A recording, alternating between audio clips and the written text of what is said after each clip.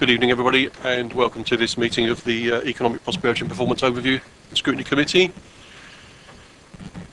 Just some formal items to go through. Fire and evacuation procedures.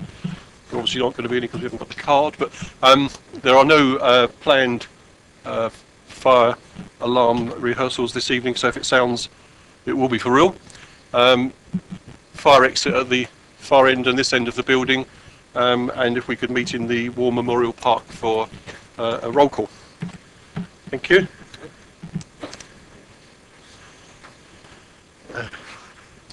Webcasting, to remind everybody that these meetings are webcasted live and then kept as a record of the meeting.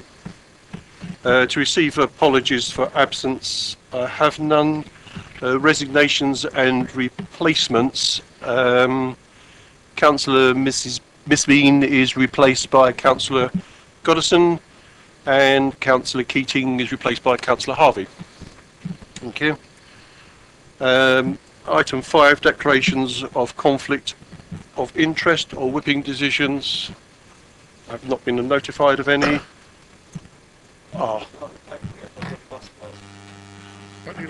Thank you. Somebody else got bus pass. Councillor Shaw. Too young for a bus pass, Chair, but I do have a residence parking permit. Thank you, Councillor. Oh, Councillor Sherritt. Yeah, just to remind everyone that on Oldham Western Triangle paper I'm the ward councillor as well, so we'll need to represent my parish interests. Thank you, Councillor. Councillor Gardner. I also have a bus pass. Thank you, Councillor. I know you consider I'm too young for a bus pass, but I do have one. Thank you, Councillor. Urgent items, I'm aware of none. To confirm the minutes of the meeting of the 19th of March, you've all had those circulated. Take it everybody's happy for me to sign those. Thank you.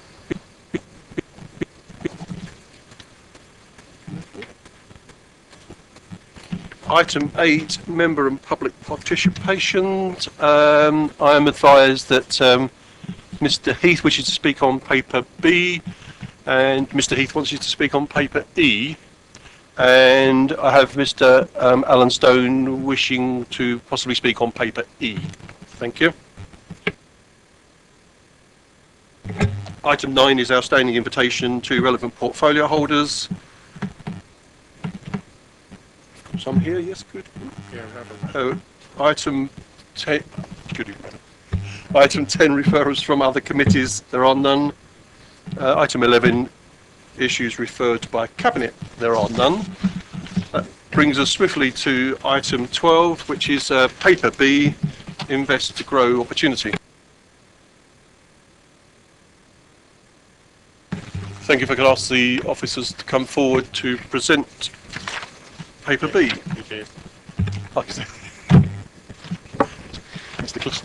Thank you, Chair, and good evening, councillors. I would like to introduce the paper before you, which sets out the case for Investor Grow funding to be released from the budget set aside for Investor Grow projects as passed by full council in February 2013.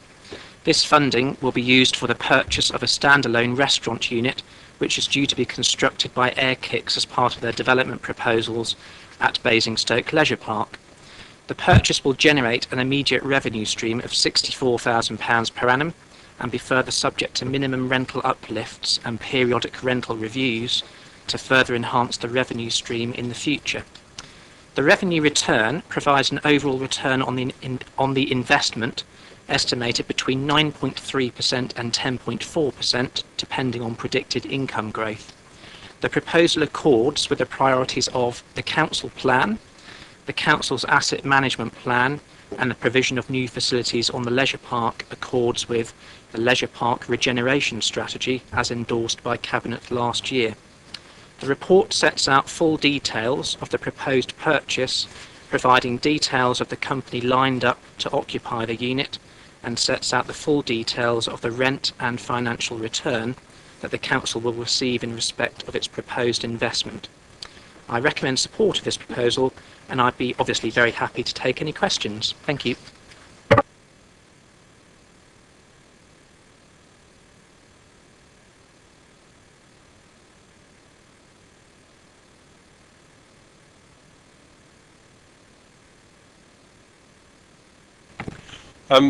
Sorry, I'm just conferring there. Should we ask Mr. Heath to come forward for his 2-minute speech to us? Can I just confirm I haven't got a bus pass, but I was asked the other day, why don't you apply for one from a very young bus driver? And I said, I just don't like to do so. Oh well, I'm obviously looking too old. Yeah, thank you very much. I'm here as an occupier of premises on top of the town, which comes up later and does require investments.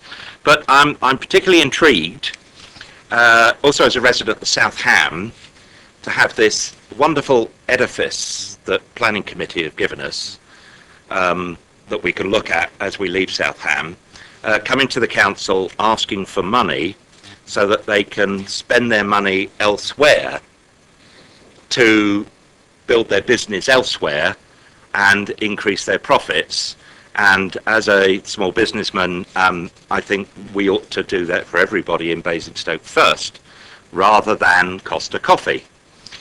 From the report, it says, I mean, when the planning permission was done, they were going to have a restaurant facility. Now, the report says there's limited facilities on the park.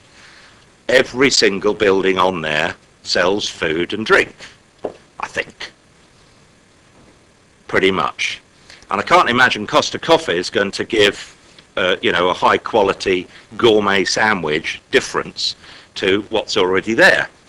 So I'm a little perturbed that a businessman that owns 3 McDonald's stores living in Basingstoke is having competition for his store, which is a drive-through for coffee, and the person that owns the franchise for the chicken restaurant is having the council paying for a company that isn't Basingstoke based to set up somewhere else and grow. It's not a very good idea in this time of austerity when we're cutting back. Certainly I can understand, the rent and everything else, but we're not a property developer. Basingstoke is a town that has problems. Mr. Heath, could I just point out that you've had your 2 minutes, but I will let you just... So all I'm saying is on this, I can understand something nice, bright, shiny and new, but £700,000 invest to grow, I think is invest to grow for people who want to set up businesses in Basingstoke or have businesses. Please consider that before you consider this. Thank you. Thank you for the extra time.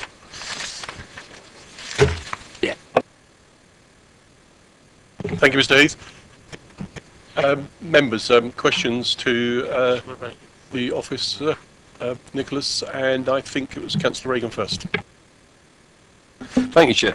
Just as I think the others talk about the financial details first, but what's worrying me, and this is in my constituency, my ward, sorry, and it's the build-up. If the drive-through coffee shop that's built, and no doubt it will increase the clientele for the skydiving facility, which I'm silly hope is successful.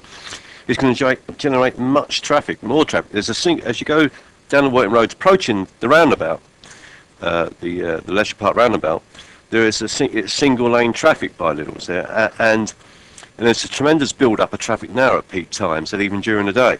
So is there any plans on the road layout to account for the increase in traffic if this goes ahead? Thank you very much for the question. It's worth pointing out that this particular matter was considered by the Development Control Committee and obviously passed.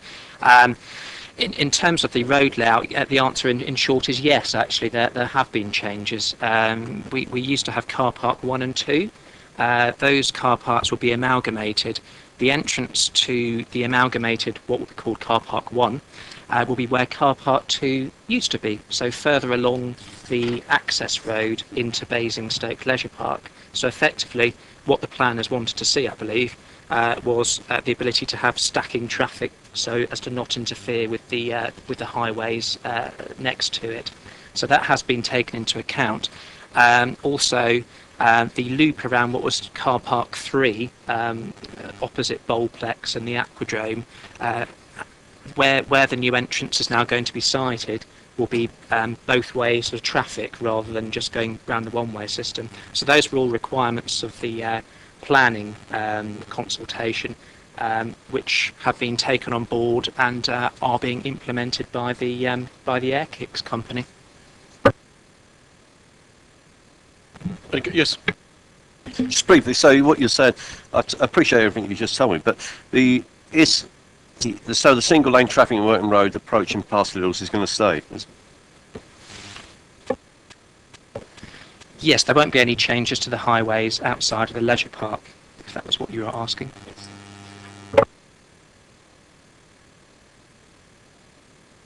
Councillor Tilbury. Yes, thank you, Nick. One of the things that, looking at this, £750,000 basically, seems rather a lot of money for a very simple, basic building. We're not even responsible for the inside. We're not really getting the interior. So if it was given back to us, we've basically just got a shell. So it does seem right. I could build a 5-bedroom house for £200,000 quite easily. And it does seem very expensive. And I just drove past, and obviously it's almost finished because once you put the steel framework up, there's do we have any sort of idea of costings on this that we can, because we've had this in the past when we deal with developers. I mean, they always say things are very expensive, but that's not my experience. Thank you, Councillor Tilbury. The answer to your question is we don't pretend to be experts in every sphere of property, although we do have a sizable property portfolio. And for that reason, as the report stipulates, we did ask experts to comment upon the investment purchase, and they advised us that the value attributed to the asset which we are purchasing represents best value and is a reasonable deal for the council. In terms of costs, any cost overruns will be the problem of the developer. We are buying the asset at a fixed price, which protects ourselves. And as I mentioned in the introduction, that does give a reasonable rate of return, more than we're getting on our investments. Thank you, Councillor Parker. Thank you, Chair. I'd like to establish with the officer if we, the Borough Council, have our own assessment of the reported limited restaurant provision on the leisure park, which was a point made by a visitor, and a very valid one, or are we just relying on this commercial operator's facts and figures? Thank you for the question. I think if you compare Basingstoke Leisure Park to many other leisure parks UK-wide, there are a lack of restaurant facilities. We obviously have KFC, McDonald's, and the Little Frankie's brand, which comes under the restaurant group banner. You normally have a Frankie and Benny's. That's the lot. If you actually look at... sorry? Right. So there is, if you compare the leisure park with other leisure parks UK-wide, there is I'm not saying completely through the whole spectrum of leisure parks. There is perhaps not as many restaurants as in other locations, and the fact that this particular operator are keen to come to the leisure park is a good sign of investment coming into the town, into our leisure park, accords with the strategy as I outlined. And it's obviously good news that they're interested. If there wasn't demand, they wouldn't be interested. Councillor Gardner. Oh, sorry, Councillor Parker. Yes, certainly, carry on. I'd like a supplementary statement. I want just to establish whether that is a sort of a snap assessment as to the reported limited restaurant provision, or has this council carried out actually an assessment in view of the fact that a major success of the park is that we are supposedly carrying forward with us the existing tenants. I would say no, it's not a snapshot at all. We've been working obviously on the leisure park and the strategy for the leisure park for some time now, liaising with consultants in the leisure field to advise us on what uses aren't there. If we turn the clock back a little, we were very pleased to entertain the advances of air kicks. And air kicks at the time, as I outlined in the report, were quite adamant that to come along to Basingstoke, they would like a restaurant next to their facility. And a point that they made was that it was felt that restaurant facilities, perhaps which operate in other leisure facilities, are not seen in the industry as being as qualitative as a standalone restaurant facility. That's why they wanted that to come along. We've obviously taken an opportunity to invest in that particular asset, and we're going to be getting a good return on our money on that, whilst getting new facilities.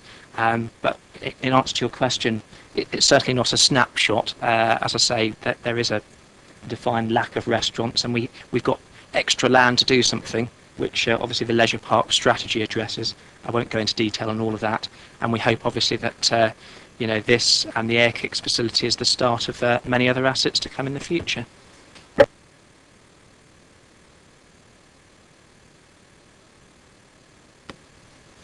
If I can just refer to page 14 of 121, 7 of 11, paragraph 4.3, where the reported security of continuation of rental income is detailed. And the question I have of the officer is, if in the future, whilst there's considerable store put upon the fact that there would be two tenants, a main tenant and a subtenant to whom the council could turn to for payment of rent, how does that sit if the actual Air Kicks cease trading? Possibility is that the Life Coffee's custom falls to a considerable degree, and therefore they may struggle to pay the rent as well. Yeah, it's an interesting question. Obviously, we certainly hope that doesn't lead to be the case. I mean, Air Kicks are putting £6 million into Basingstoke at the moment. It's going to be their flagship development, and we hope and they think certainly that this is going to be extremely successful. So yes, of course, if an entity on the leisure park, and you could say this about any entity on the leisure park, ceased trading, it would have a knock-on effect on the rest of the assets. But of course, you can say that about any property, be it the Malls, the leisure park, frankly. Yes, carry on. Do we have a capital investment on any of the other businesses on the leisure park? No, we don't we're not putting capital into any other investments. We do own the leisure park as a whole, and that's subject to various leases. Various tenants pay us differing rents depending on their commercial terms. Thank you. Councillor Gardner. Thank you, Mr. Chairman. Just picking up on Mr. Heath's point, are there any competitive projects in the pipeline at the moment for the funds that are available? Sorry, I didn't catch the last bit of that question. Apologies. Are there any competitive projects in the pipeline for the available funds at the moment? No, not for this particular fund. This has been identified for this particular project. Thank you, Councillor. In terms of a project, this project would meet our normal sort of property portfolio, I take it, in terms of being able to enter into it. Yes, I mean, as the report stipulates, we have monies set aside to invest in property. It's called the Investor Grow Fund, and that's basically all about growing our portfolio, if you like, to actually be proactive as a local authority and to try and get enhanced returns, which obviously boosts the local authority's income with obvious benefits. And in answer to your question, yes, you see the return. That we look at each case on its own merits and the risk profile. Obviously liaise with the head of resources. He's responsible for obviously our department, and as the report stipulates, he is happy with that particular level of return which we expect to get from this deal. Thank you. When I looked at the report, and there's another report later on, it seems a conflict in as much that I think this is a restaurant in terms of it does have seating capacity and not just a drive-through. The reason I ask that is I have used Costa Coffee drive-throughs with seating, and from experience I can say they're pretty busy, the ones I've used. Yes, that's correct. It will be a drive-through and sit-in restaurant facility. Thank you. Councillor Sherritt. Thank you. Hopefully a fairly simple one, just to clarify for me. 7, 11, 14 of 121. At 4.4, there's a reference on stage 3 and stage 4. And stage 4 begins with simultaneous to stage 3. Airkicks will then enter into the 25-year lease.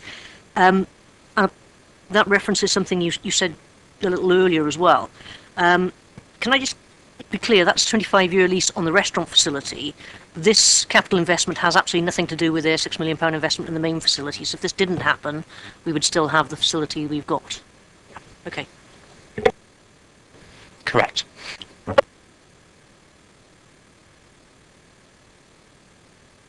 Councillor Shaw.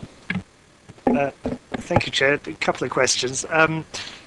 Would I be right in understanding from the Q&A that's already taken place that if Airkicks bring the build of the restaurant in under budget, they take the benefit of that underspend, and that is not available to the council? So you answer that first. That is correct. We are buying this investment at a fixed price, so if there is an underspend, we don't receive any money. If there is an overspend, we don't spend any more money. Thank you. And I suppose if one was being a bit cynical about things, one might say that, Airkicks are inviting the prospect of them not investing in the restaurant on the basis that they have, something better to do with their money elsewhere. Are we confident that the same doesn't apply to the council? Well, it's an interesting question. I mean, the report does stipulate that it's worth saying a bit about the background of Airkicks. They're not a property holding company. Their business is in churning people through the door to get them to go indoor skydiving, which we all hope that they're going to be very successful at doing in Basingstoke. Now, the money that they're talking about for the restaurant to them is a reasonable slug of money to invest in another facility. They're looking to roll out their brand nationwide, not in the southeast, I may hasten to add, because we've already got one here. But essentially, they looked at the potential deal, they lined it up, but they just felt that their money was better spent in rolling their brand out. Because of the relationship we had with them, they then approached the council to say, would you be interested in purchasing this investment from us, which was effectively oven ready. So we looked at the rate of return, have been negotiating terms for many months, and that's obviously what we've reported up here. Councillor Regan. Just a simple question. If we decide not to buy this building for nearly £800,000, does the deal collapse? Does the coffee shop lost? Well, quite frankly, they are constructing the building at present. So would it collapse and would they not build it? Well, I think that would be hard to see. Basically, what would happen? Airkicks would have to find an alternative purchaser to the council. Thank you. Two very quick questions, and I'm conscious that we need to wind that up. The fitting out costs, which are not the council's, but is there anything in the lease that suggests that if they were to go, that the fitting out would remain, or do we just pick up an empty shell again? Again, this will be picked up by the legals, which we have to negotiate, but we would expect that the fitting out would be the property of the councils. Good. Secondly, you touched on it, but in terms of competition, because obviously we're negotiating with them, will we get something written into the contract in terms of, the radius of them? If we find that Basingstoke is incredibly successful, and we hope it is, that for a set period, maybe of 70 miles or something, we wouldn't see another centre coming.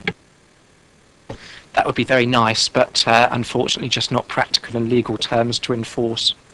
We can only enforce what goes on our land, and outside of our land, if they chose to open another facility in, say, Reading, we couldn't, under the terms of the lease, we will have them in Basingstoke say, sorry, you can't do that. It's just not enforceable legally.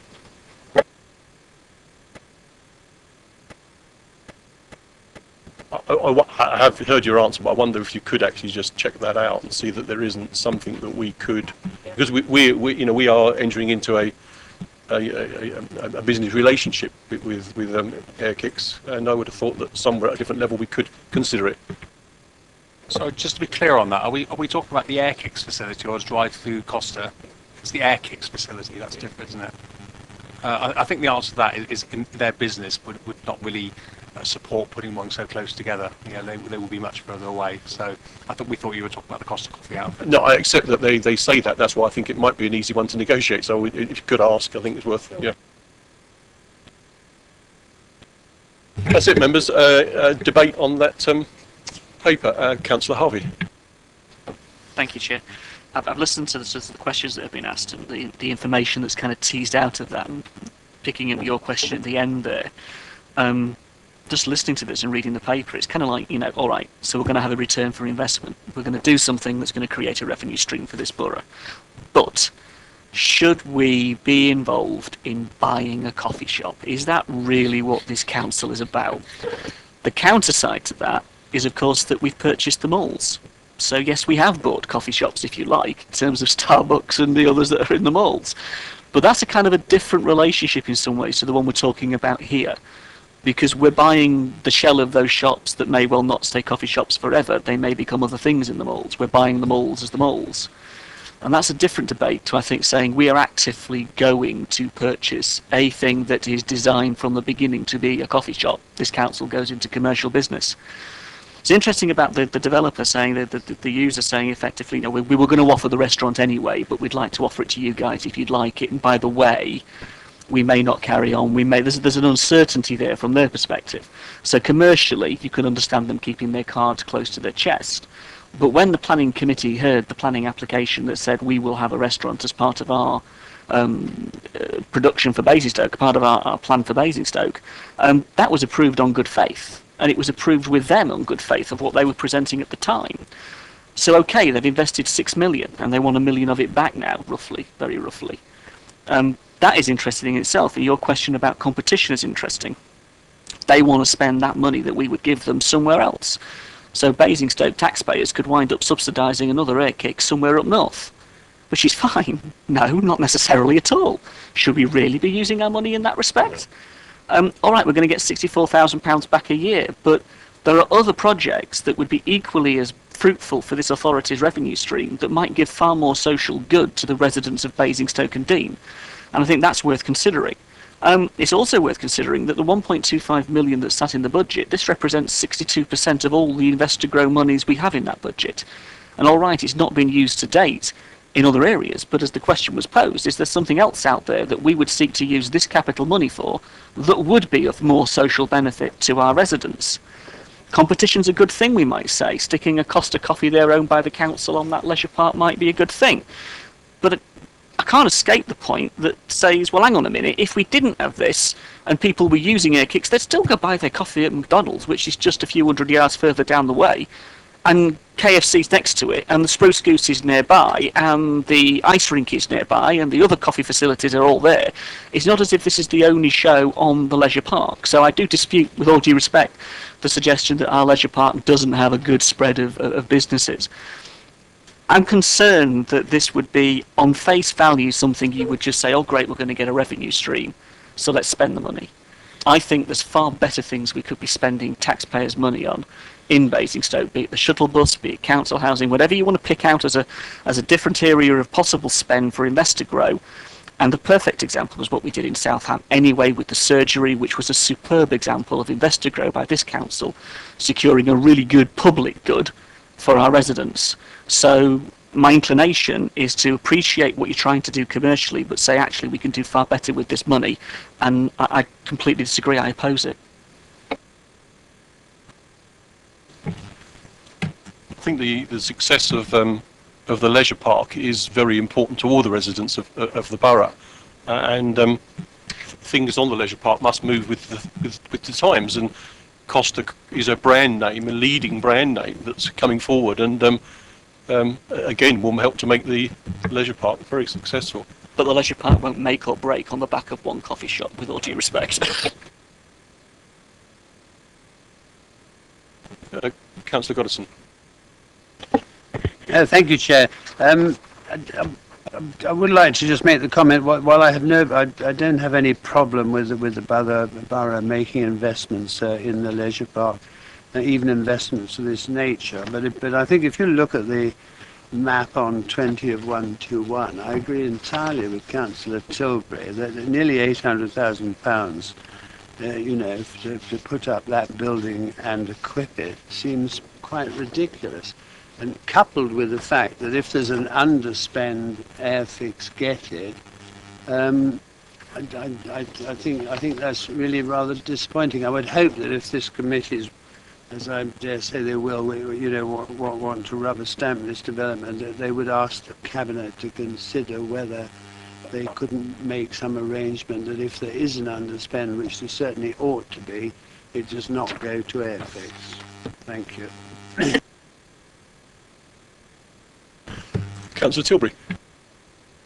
Yeah, I think that I can see that there's a difference here between the rental. We would get rental from this facility anyway if they owned it themselves, but we would get more rental if we were to actually buy it. But the problem is, I think, and it will pay back over a long period of time, but the reality is by the time we get to that period of time, will the building be of any practical use to us? Will we just be left with a rather expensive shell that will probably need refitting? It seems a bit of a, I don't have a problem with the council investing money as we did with the Mals and things like that. But in this case, I mean, they agreed to take this on, and I don't see the advantage to us. And as I said, it just looks a very expensive building that we could be left with very little other practical uses. I mean, what else could you turn it into? Hardly a petrol station. It's not really big enough, is it? It's, it's of no real practical use to us, and that's the other thing. Whereas if you've got offices or shops in the town centre, you can change those, you can fit them out, and they can be a completely different shop in no time at all. This is a facility in a very isolated location, so that it's got a very limited use. It's not big enough to provide a different facility other than possibly another restaurant, and there may always be demand. We may do quite well at it, but it does seem a very risky sort of thing to be investing in at this time. I'm sure we can find better things to invest in. It's ironic considering we've actually shut down our own canteen as well, isn't it?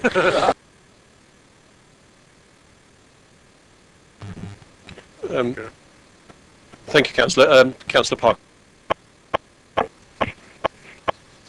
Thank you, Chair. I want to add comment to Councillor Goodison's remark, and that is that it doesn't include the fitting. It's just a shell, is all we're getting. And that was my immediate reaction when I saw the artwork, was you don't get a lot for your money these days. And my concern is that this is almost appears on the business front like an afterthought.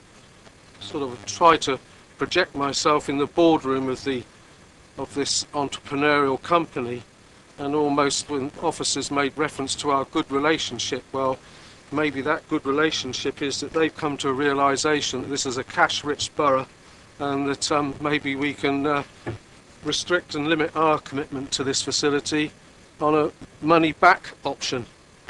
And it can't be, it has to be accepted that in the current environment of poor returns on investment, that this does show a good return for capital investment. And if I recall correctly from the content of the paper that the original investment, I believe, will be payback if rental income continues after 11 years. But as an overall issue of wishing to maintain goodwill with current tenants of the leisure park who've made themselves capital investment over many years to the facilities, I just don't think that this local authority, on the one hand, should be setting up as a capital investor competitor, and I also agree with other members of this committee. I would like to think that this authority could look for a better way of applying this reserve fund that would have a overall better feeling to what it's going to do for the residents of the borough. I personally will not be voting for this. Councillor Gardner. Well, I will be voting for this. I asked the question, what other projects were there available to spend this money on? And the answer was, there is nothing currently in the pipeline. It is a good return. Enhancing the facilities at the leisure park in the long term is something that we need to do. And I think, as the chairman has said, these ventures are quite successful elsewhere. There's no reason why it shouldn't be here. Costa are a well-known chain. If they thought this was a bad deal, they wouldn't be investing, and they are in it for the long term. So I'm in favour. Thank you, councillors. Yeah, can I just remind councillors that there may have been the development control meeting, but during those discussions, it was quite intense in terms of the other operators on that site being much involved in the application for air kicks and the coffee shop, so that, it's not as though it's sneaked up on them. It's always been coming. All that's changed is that the landlord of the building will be somebody different. And in terms of the sort of commercial that's been touched on, it would be normal for a fast-growing company like Air Kicks to come along with a project and then try and disseminate some of their funding. So I wouldn't read too much into that. It's a normal process. On the back of that, if a member sat around this table was a member of the Development Control Committee that evening and actually heard this application, should they then be voting tonight on a landowning issue involving this authority? Because you sat as a regulatory member. Yeah, Councillor, I could just point out that this is not a decision-making committee. We're just passing the recommendation as specifically to support the purchase. You're asking to actually be decisive. To Cabinet. But you're asking us around this table to be decisive. We support the principle of releasing 786. It's not passing comment, you're actually saying support. So if you vote for this or against this as a member of that committee previously, you would be expressing a direct opinion on it.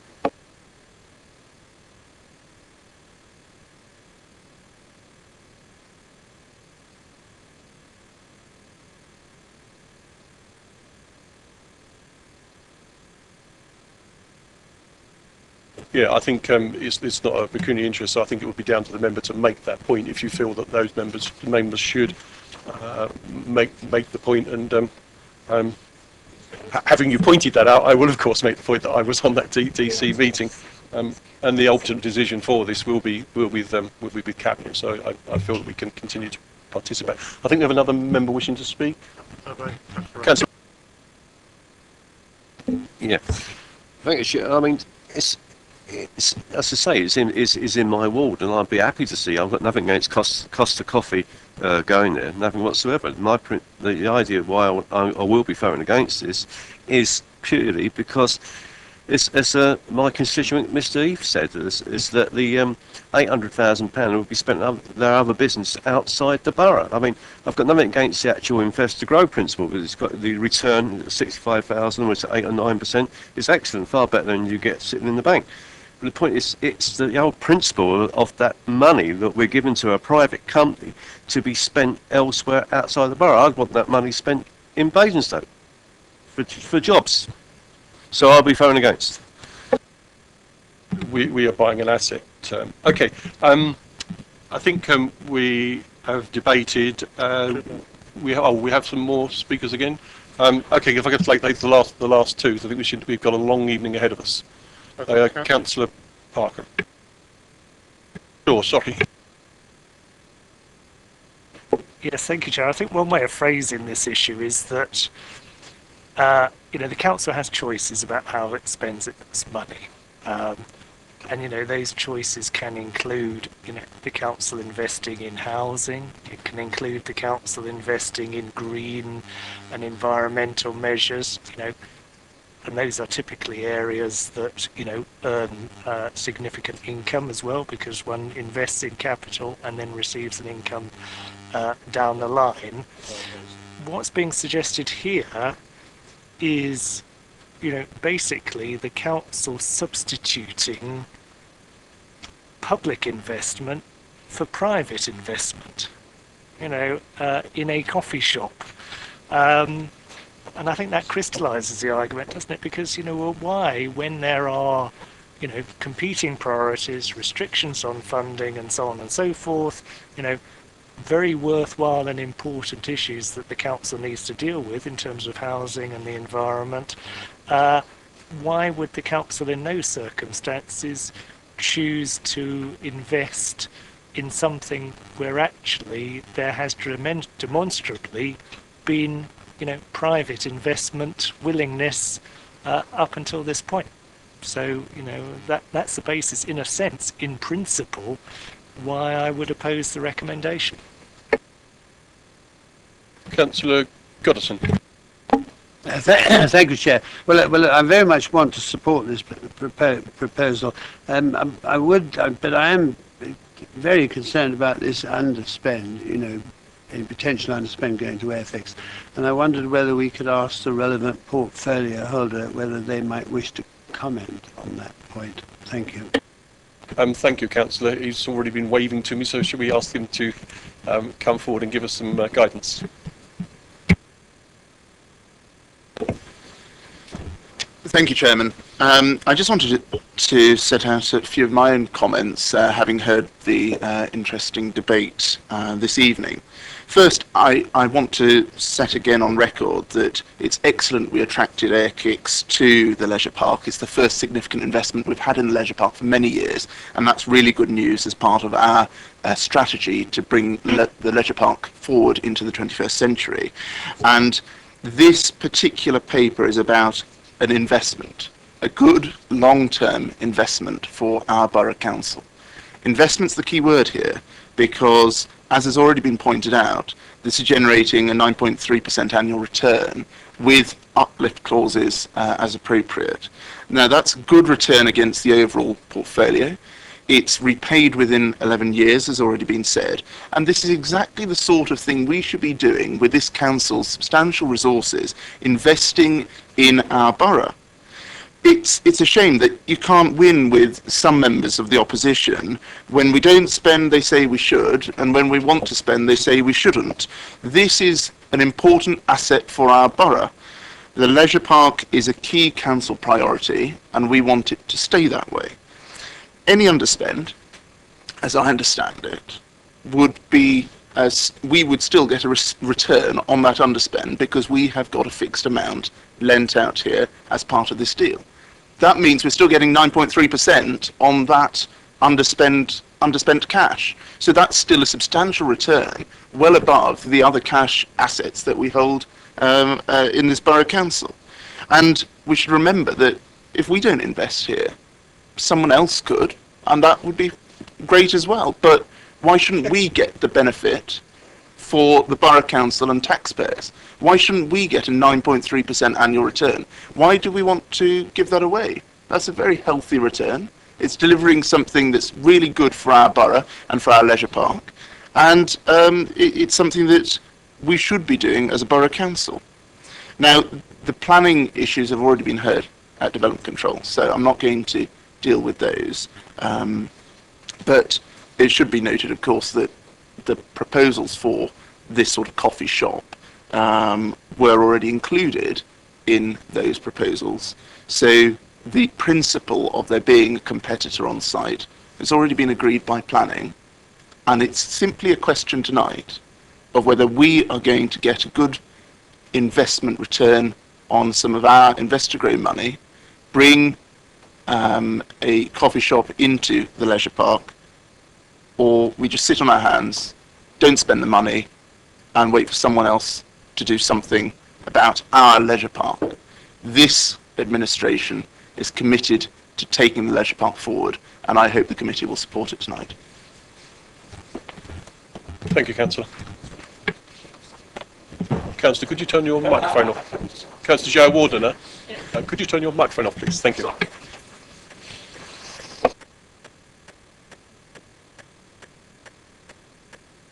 Okay, thanks, members. I think we're going to pass, so we'll put this to a vote. So if I could ask those members in support of the recommendation to show.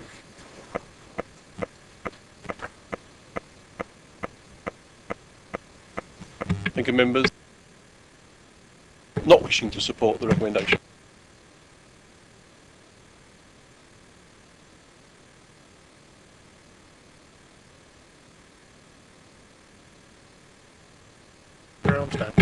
Thank you, members. You can put your arms down.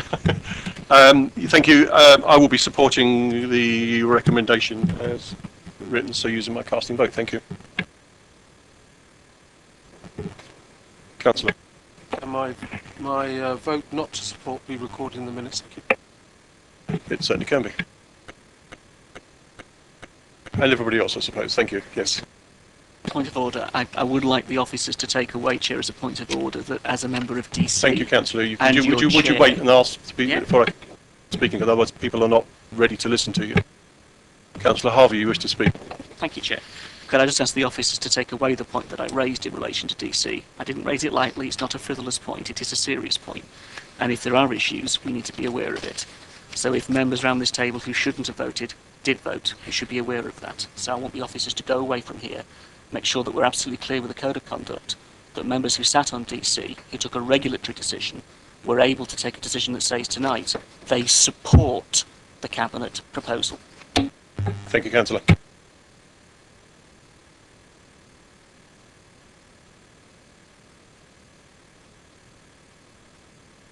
Thank you, councillors. Now moving to paper C, which is the proposals for the Aldermaston Road triangle site, as it's known to us all. If I could ask Nicholas to introduce that paper for us. Thank you, Chair. Okay, the purpose of this report is to consult and seek the endorsement of this committee to the principles of a disposal strategy for the marketing of some 6 acres of council-owned land known as the Aldermaston Road Triangle, located in the northwest of Basingstoke. The report seeks this committee's endorsement to a specific marketing option, in that the site should be marketed openly and be accompanied by a development brief. The report and its recommendations accord with the Council's disposal procedure to achieve best consideration that is reasonably obtainable. The report provides details of the recent work that has been undertaken, which includes informal landowner consultation, market research and ward member consultation. These matters have influenced the selection of the recommended marketing option and will provide steer to the details which will be included within a future development brief, which will be instrumental in the future marketing of the site. The principles to be contained within a development brief going forward are intended to reflect current planning and housing policy, but also taking into account and addressing the concerns that were raised at the time of the previous planning application. Current market conditions will also be taken into account in determining the type and scale of development considered suitable for the site. The timescales for marketing are included within the appendices attached to this report, with marketing anticipated to commence this autumn. The committee is requested to support the proposed recommendations to Cabinet as detailed in this report, given that the disposal of the site could support a range of corporate objectives. As well as delivering a capital receipt, the site could make a significant contribution towards affordable housing and the town's overall housing stock, and deliver a suitable scheme of development on a vacant site which currently contributes no income or delivery of corporate objectives. Subject to approval of the recommendations by Cabinet, it is intended that the draft development brief will be circulated to members of this committee for comment before marketing commences.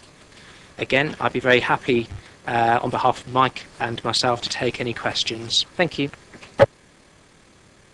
Thank you.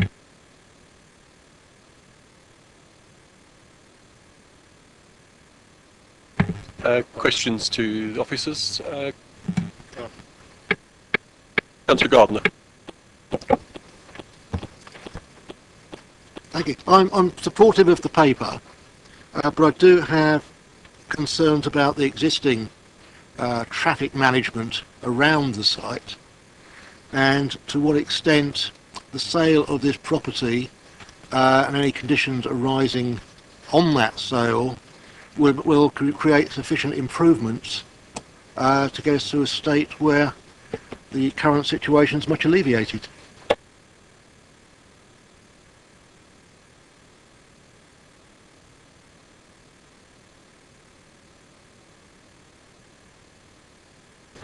Yeah, thank you for the comments and question. I mean, the matter of highways and obviously the access to the site will be undertaken. That work will be undertaken as part of the work which goes into the brief.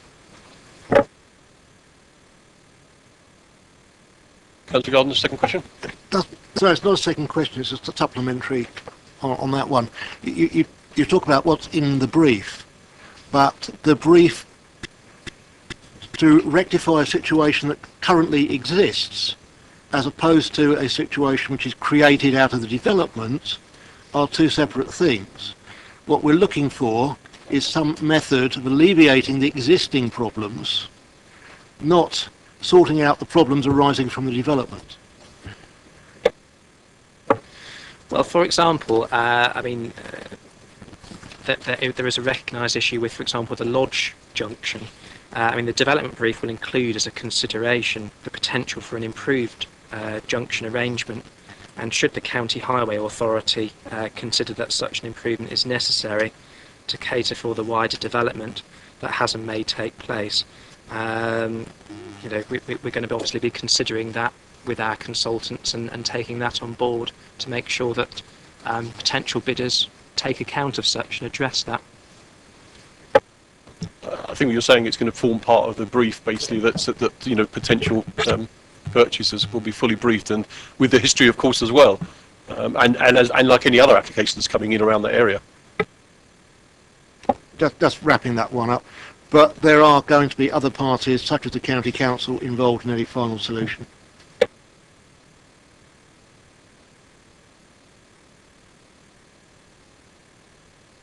Councillor Harvey.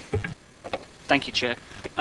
This site's been around for a long time, and in bringing it forward, can I ask the officers, or it might be appropriate to ask the Cabinet member, by all means I'm interested in both really answers.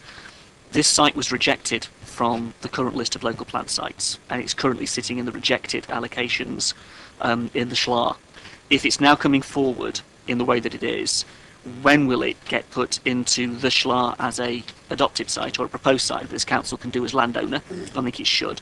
And if it's going to come forward, then it should actually be now a Category 1 site for allocation that the future committees looking at the local plan have in front of them. If we're going to go down this road as the landowner, we should at least go down it properly in the planning terms. So I'd just like to ask, when are we going to get that part of the equation, if you like, put in place? Because that has very significant implications, as I'm sure we are all aware, for other sites and other developments that may well be happening in the area. And I've got a supplementary that follows on probably from the answer to that.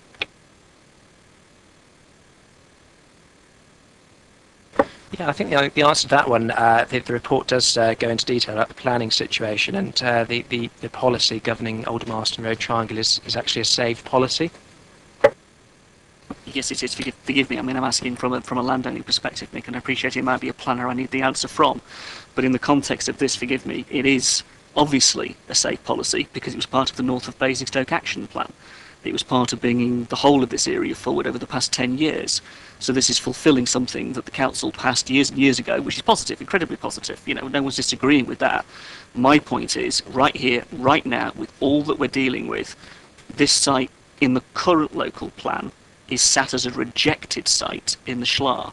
Now we have the cabinet, we are the landowners, we are bringing it forward for development now, which is fine, but if to do so, it should be in the Schlar as a site we are seeking to promote as a landowner, and that the local plan needs to effectively consider it and include it on a level playing field across all the others. And my supplementary, if I can push that point to begin with, relates to the fact that this has direct implications for other sites in the immediate area. Thank you. I appreciate the point. I mean, what this paper is basically setting out is the overriding strategy of the site going forward, stating why we should be doing something with an asset which is sat there doing nothing. And obviously, those sorts of points will be taken on board within the development brief and then ratified in order that we can actually go out to the market, having sorted those issues out. With respect, we can't wait for the development brief because this is a principal point. The development brief, of course, as development briefs will on other sites that are being proposed for allocation in the local plan, that are being proposed for development in the next 10 or so years. All of those development briefs will be being worked up over the next period. The principle of development is what other committees are considering. So if this site in principle is coming for, I mean, maybe I can ask the cabinet member, through you, Chair, just for a statement to say, look, this site, as the landowner, we will put this into the mix, we will put this in there, and we will actively promote it, because we are obviously with the decision you're looking to take, which is fine. It's just saying, look, on a level playing field, let's get this in there. And maybe I can ask the cabinet member to commit to that. You can ask me to ask the cabinet member, of course, yes. I did say, I said through you. Right. No, that's fine. The short answer to this is that I need to investigate this further, because you were asking a technical point here. But as far as my understanding was that this comes under this is a saved site under the previous plan, and therefore goes forward as part of the overall proposed housing allocation that we are looking to provide up to 2029. So I'll have to check out the technicalities of your question there. But as far as I'm concerned, we're clear that as landowner here, we wish to promote this site for development. Okay. Thank you, Councillor Isaac. Thank you, Chair. I'm reassured by that, because I think, if I can just, the principal point about development, those 300 units aren't in the proposals at the moment. They're not in the local plan at the moment. They're in no calculation that I've seen on any paperwork at all. So were those 300 units, or however many yield we're looking at with the development, you need to think that as the landowner, what you're actually putting forward as a yield that would be part of it. That category 1 site, as it would be, should be part of any allocation. The reason I say it, and I would ask this of officers, so if the chief officer can take this away, our officers have currently been defending an appeal on the Kiln Farm application, and one of the very important parts of that whole appeal has been the North of Basingstoke Action Plan, which was an agreed supplementary planning document of the previous local plan, just as this is a safe policy. If we are saying that we are promoting this site for development, which is incredibly important, and we don't disagree on that, then I would like to see a letter from this council sent to the appeal inspector immediately to qualify his judgment, to add to his evidence base, stating we are continuing to deliver from a saved policy, from what we agreed as the North of Basingstoke Action Plan, and that he has other issues just to consider in regard to Kiln Farm. That appeal issue is incredibly important because of what the Cabinet are doing, supporting what the Cabinet are doing. Thank you, Councillor. I think you've made that point, and I think what we need to do is to go and seek the support of the Planning and Infrastructure Cabinet member to take that on board. Sure. Thank you, Chair. There's a couple of questions on 7.1, which is the list of proposals in terms of what the development brief might include. And I had two specific questions. One was the report refers to the fact that the development brief will include reference to the likely quantum and character of open space required. And I'd ask the officer if I can have a reassurance that, you know, there would be a clear requirement within the development brief for the developers to provide open space in line with the council's emerging standards as recently approved. And secondly, can I ask which specific level of sustainability code level would be required as part of the development brief? And there's also a sort of further question which will best come once I've had an answer to those two particular questions. Okay, well, thank you for the question. In answer to question one, as we mentioned in the report, well, I think the short answer is basically yes. I mean, we'll pass your recommendations or comments rather onto Cabinet for them to consider. But we have said within the report that this development brief will be adhering to the council's policy. In answer to your other question with regarding sustainability, it's worth saying the code has been set out by the DCLG and contains the guiding principles by which schemes are rated across a broad spectrum of energy efficiency indicators and carbon footprint reduction. Whilst it isn't actually compulsory, it is expected to become mandatory, although I'm not quite sure when. Now, rating is from levels 1 to 6, 1 being the minimum standard to comply with building regulations. Our own research indicates that registered social landlords, for example, aim for level 3, which is considered realistic both in what can be accommodated on most sites and from a financial perspective. I mean, for example, it's worth also saying if the council chose to increase the level, say, from a 3 to a 4, our research would indicate that this would increase the building cost from, say, circa £5,000 to £15,000 per unit, naturally with a resultant impact on the capital receipt. So, you know, consideration and balance has obviously got to be taken into account there.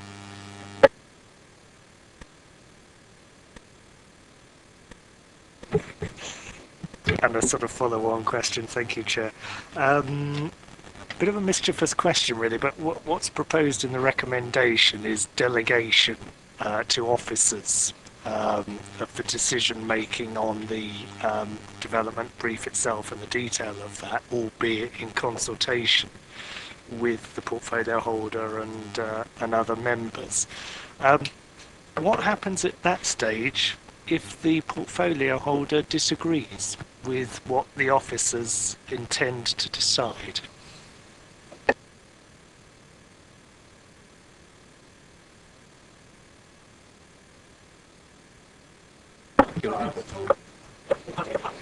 Would you like to come forward and listen to the question, Councillor Isaac?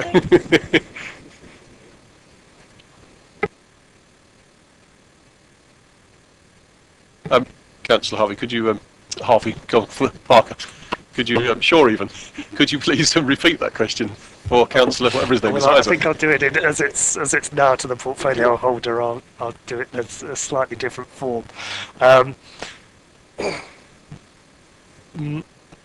What's proposed is that the detail of the development brief is delegated to officers, and they consult with you and other members. The question I'm asking is what happens if you disagree with what the officers decide at that stage of the process?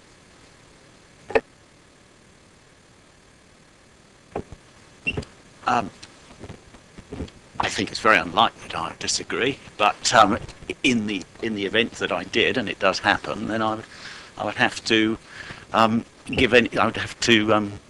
give reasoned grounds for disagreeing, and depends on it might be a minor disagreement, it might be a fundamental disagreement, but if it was a fundamental disagreement, then I would invite the officers to take it back.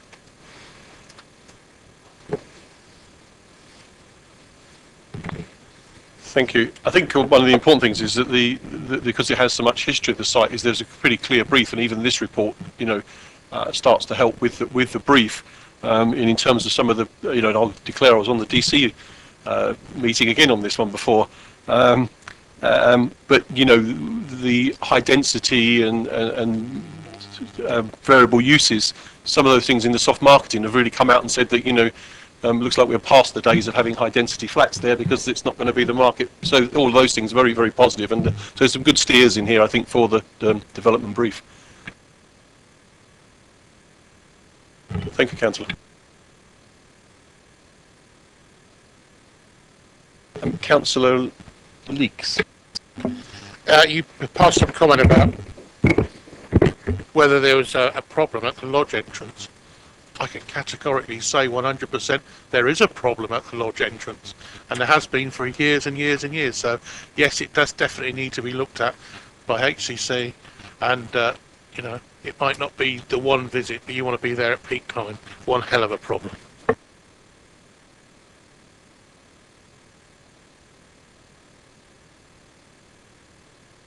Councillor Parker.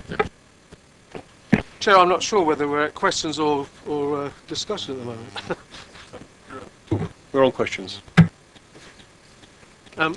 What I'd like to ask is, referring back to page 33 of 121, and this is again the development brief, and specifically the second spot.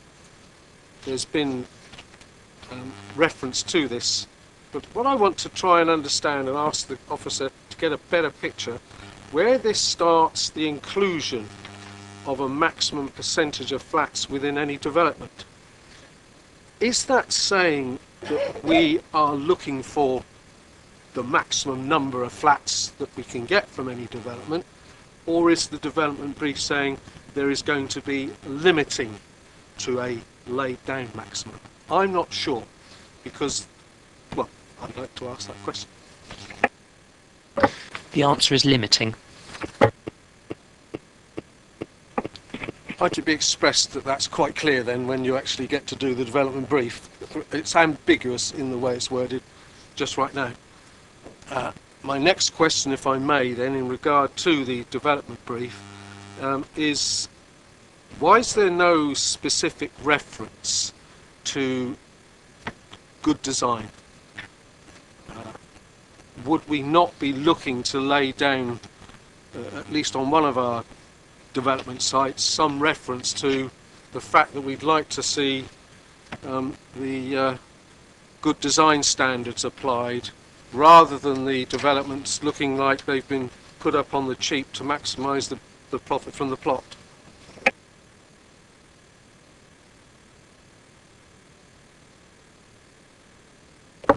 In terms of design, I mean, it's got many facets. I mean, for example, if you're looking at isolation, how can the site be integrated? The report makes quite clear that although it's an island site with its own challenges, we should be linking it to the community, seeing what we can do about that. And for example, we could look to see if there are appropriate footpath and cycleway links, particularly in the east-west direction, linking the hospital campus through to the Popley developments. In terms of, if you're talking about design, in terms of the actual construction materials, I mean, a little bit like linking to my answer to Councillor Shaw with the Code of Sustainability levels, that is potentially a way of ensuring that a specific design, if you like, is actually put into the equation. I suppose as a landowner's paper, if you're trying to assess bids on design and, you know, what does a building look like, one scheme compared to another, it gets incredibly subjective. And the paper does talk about the OG regulations, which is procurement, which is a little bit of a dry topic, but it's worth explaining that as a landowner and a public authority, we have a limited amount we can do as a landowner to control actual physical design, away from perhaps prerequisite black and white criteria such as the sustainability codes. So we obviously will be any potential scheme will be subject to the usual planning process, which would of course control design as well. So we've got the ability through both landowner and the planning process to control that situation. Thank you, Councillor Tilbury. Thank you, Chair. Yes, I mean, one thing, I was actually on the DC committee as well when we looked at this, and I think one of the big issues that came up was the proximity of the St Michael's Hospice there, because it backed onto this site there, and at that time the plan was to have quite a large hotel there, which was obviously a concern, because obviously the hotel could well have had a large function room, and, particularly one of the wild, lively party going on next door, with grieving relatives and such. But I mean, you could possibly put something like a Premier in there, and it wouldn't have the same effect because it's renting the rooms out. But I think that's one of the things that needs looking at, because it does abut the site by quite a large area there. There is a potential for impact there, and it is. I mean, there isn't going to be a lot of noise because it's a noisy road anyway. We know that background noise, but I think that's one of those things that we can find. This some is sort a of sensitive question use coming for it. Yeah, I mean, there's that sort of. I think I sort of, having read through a bit more of this, because there was a question. It sort of suggested at one point on page 54 at the bottom that there had been no consultation with the landowners prior to the completion of the plan and development brief, but there is a bit on Appendix 6 actually seems to have been done now. So I assume that refers to what's happened now, not what happened the last time round. Thanks very much. Thank you, Councillor. Yeah, I think, as we said before, that we've got a lot of history there, and there's a lot of documentation here for the brief to come forward. And even the report is telling us that the soft marketing was suggesting that it could be just a housing development. So, and I think everybody understands why the last proposal failed, and certainly failed because of the association with the hospital and the public house, etc. Thank you, members. I think that's the end of questions for officers, so relax. And we can now move into debate. Councillor Shaw. Yes, thank you, Chair. Couple of things, really. The reason I asked my question about delegation is that people that know me will know that one of my bugbears is clarity about who is responsible for decisions. And because, those of us that are a bit long in the tooth will remember that back in 2000, when the cabinet system was introduced, it was all about establishing clarity about who is responsible and who takes the decisions. And the reason I asked the question I did was because the recommendation as it stands actually delegates pretty much all of the authority for this process to officers.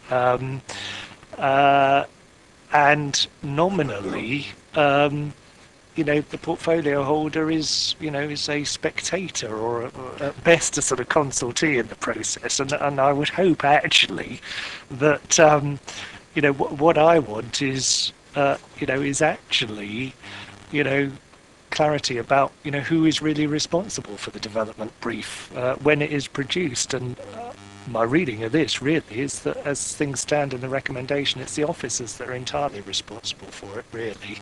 And I don't think that's a satisfactory state of affairs, because I think actually the accountability should be with the portfolio holder. So, I'd like, when the recommendation goes to the cabinet, I'd like to see clarity that it is the portfolio holder that is responsible for this development brief rather than the officers. Thank you, Councillor. So I think you're really saying that we want to pick up in here the points that we've made, plus the overall responsibility for the brief should lie with the cabinet member. Councillor Parker. Thank you, Chair. I would endorse what Councillor Shaw's just said. But I'd go further in the sense that I think anybody that knows the road, and this was touched on by Councillor Leeks with regard to one end, but in actual fact the whole stretch of road is dangerous at both ends. That's not only just at Lodge Court Lodge, but also at the roundabout. It's a road that sort of has pinch points, introduces a suggestion of fast-moving traffic in the middle. And any suggested development of the site, the point picked up by Councillor Gardner earlier, and whilst he seemed relaxed at the response from the officer, I personally wasn't at all assured. That needs to be looked at before we allow some sort of individual planning application with maybe a suggested slight change to allow for the increased traffic flow when we've actually, in my view, got a potentially major problem with the existing level. I would like to, personally, my view on the site is that it's a site that's been long overdue development. It seems to have some sort of ugliness about it in the present form that it is, but that's at ground level. What I don't want is the ugliness to rise up at 10-storey high, because I certainly don't think that the development that's across the way from this site, certainly in my view, maybe in architects' eyes it might achieve some design award, but it certainly doesn't for me, and people have got to live with this. And this is an entrance road into the town, and we keep hearing about feature buildings and this sort of thing, and we keep hearing on questions about good design. I used to, Councillor Shaw's talked about one of his bugbears, I used to talk about architecture until I felt that, you know, it was something, perhaps a word that we don't seem to understand in this council, architecture. When you look at the sort of prize developments that we've achieved in the town centre, name one, then I'll go and look at it.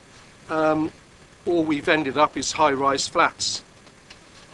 So I would like to see far more emphasis, if I can put a comment in the report. There must be far more emphasis. I hear what the officer's saying, that if you're trying to attract somebody to buy a site, you don't want to put so many restraints on it. But why not? Why shouldn't we, as a local authority, somehow be able to influence the type of building that we have to live with for the next 25 or more years? We all travel around the country, we all go into other large towns, and we see the sort of structural, interesting architecture that they've managed to achieve. They've done it, why can't we? And so that would be my view. I'm disappointed that we don't have some better steer as a local authority as to what the aesthetics of plan, build and design that we end up with. But I support the actual sale of the site. Thank you, Councillor. Councillor Sherritt. Yeah, thank you, Chair. I did say at the start I probably wouldn't be able to leave tonight with at least reflecting some of the views locally and be upfront and say I think as the ward member we are absolutely keen to see Rookstown as a development completed. It's been long overdue, and the fact that it has taken on an unappealing piecemeal look so far is a victim of both circumstance and our own policies in the past. That said, bringing this site forward now is welcome, but within the design brief we need to be absolutely clear in terms of the criteria of what we want to see done with this site. It is an island, but it cannot be developed in isolation. And throughout this consultation process to get to this stage and going forward, I'm very keen to see that everything we do with this site and every discussion we have with developers makes that point, that it has to have empathy with the local environment.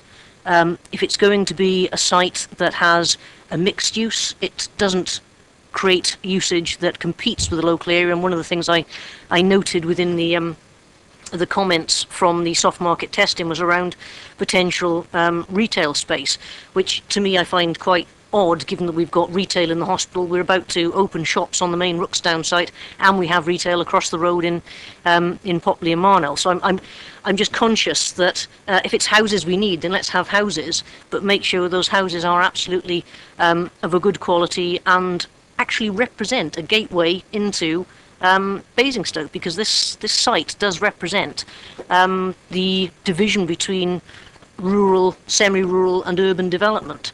And I think it's important that we recognise the objections of the past that were well-founded. They weren't against developing the site. They were about the nature and type of development the site would take. That we absolutely look at the traffic flow in that area and recognise that whatever happens with the long-term future of the hospital, we already have problems with the rat running through Rookstown. the inability to turn right or left safely onto those junctions in the morning, the stacking in the middle of the afternoon. I'm very keen that we absolutely use our due planning process and the process to ensure that what we get here does not replicate some of the issues we've had at the rest of Rookstown. So I'm absolutely supportive of selling off this land. I'm absolutely supportive of it being a housing development.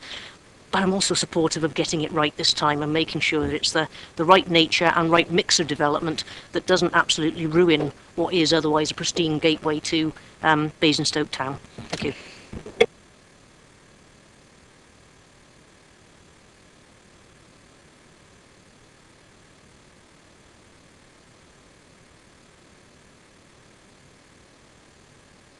Thank you, members. I think we've discussed that one well. We have more, do we? Oh. Mr. Harvey, sorry, do you want to speak? Thank you, Chair. Forgive me, I didn't realise you hadn't seen my hand. Can I just agree with what Karen has just said there, and obviously vociferously support the idea of, yes, selling the site, but getting it right. Can I just make a couple of points about the site being in the borough ownership for a start? The 40% of affordable housing on the site in our ownership gives us an opportunity to do something that is incredibly important. And I'm sure, and I know that the Cabinet member takes that on board, and I know and support your aspiration in bringing this forward. So yeah, we are glad to see this come forward. I think the interesting thing is about the planning weight that might be associated with the development brief. And I've just got a little nagging doubt in the back of my mind, and this is right, my questions on the planning bit are as important as they are. We might go out with a development brief as part of a tendering process to sell the site. But once a developer buys the site, they can quite happily say, providing it fits within planning policy, thank you very much for your development brief, but now we're going to do this.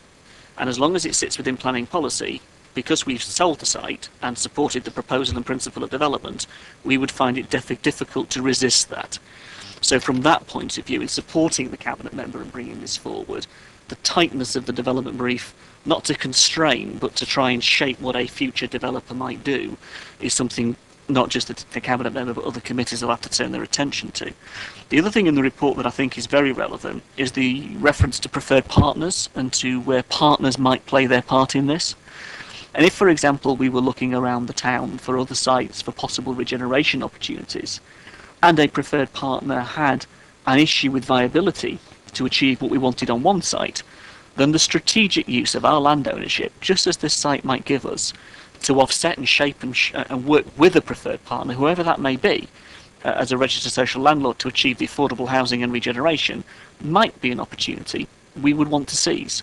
So while we've done the soft market testing, Chair, the other comment I'd like to capture and ask officers to capture this evening for consideration is, what might our preferred partners, and the bigger two, Sovereign and Sentinel, think about the disposal of this site and what they may achieve, not just for Rookstown in terms of finishing off, but for another community in another part of town that might want to see regeneration also stack up. Just a thought, food for thought in terms of land development and taking it forward. Thank you, Chair.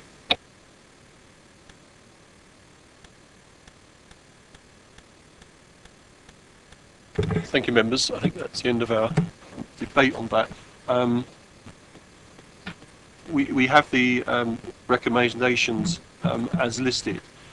Plus, of course, we've asked the officers and Cabinet member to take on board our comments.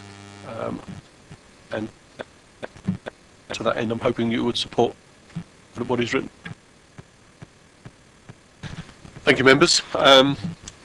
We can now move to paper D, which is a review of fees and charges.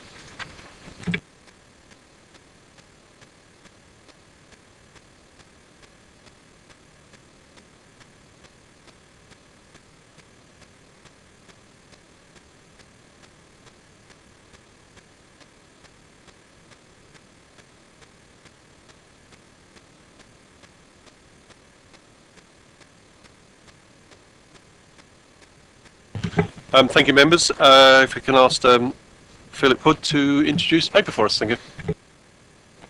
Thank you, Chair.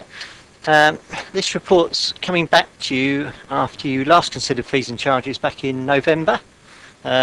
That was when we were setting charges for the current year, for 2013-14. And one of the recommendations that this committee had then was that a fundamental review of the fees and charges policy should be undertaken, and that was agreed by Cabinet.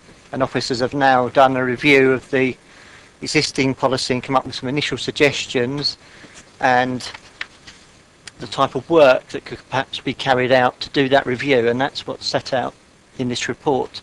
And the recommendation of the report is that this committee agrees to support setting up a members advisory panel so that some of you can be part of doing that review of the fees and charges policy in preparation for the report that will come back in this November on the fees and charges for next year.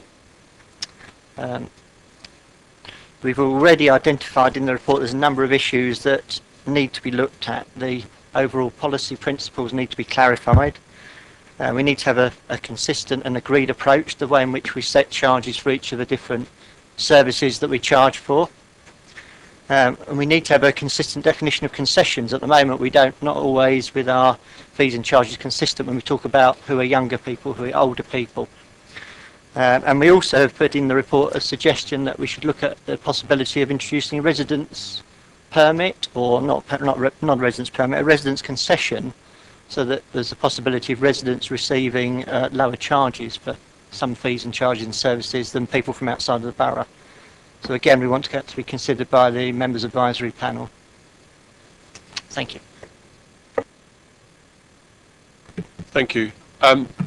Members, do you have any questions? This, Councillor Cherry. Yeah, just a simple one to start us off. Just to clarify with the officer that what you want tonight is not a detailed set of questions or comments on fees and charges, but actually on whether or not a members' advisory panel is a good idea. That's correct, yes.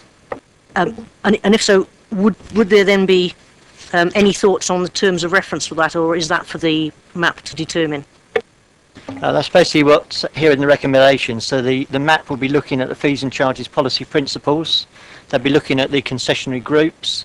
We're looking at the way in which we set fees and charges for 2014-15. And they'll be looking at the feasibility and options for residence concession. Councillor Shaw. Yes, thank you, Chair. A couple of questions. One was just for clarity on 6.1. There's of the report.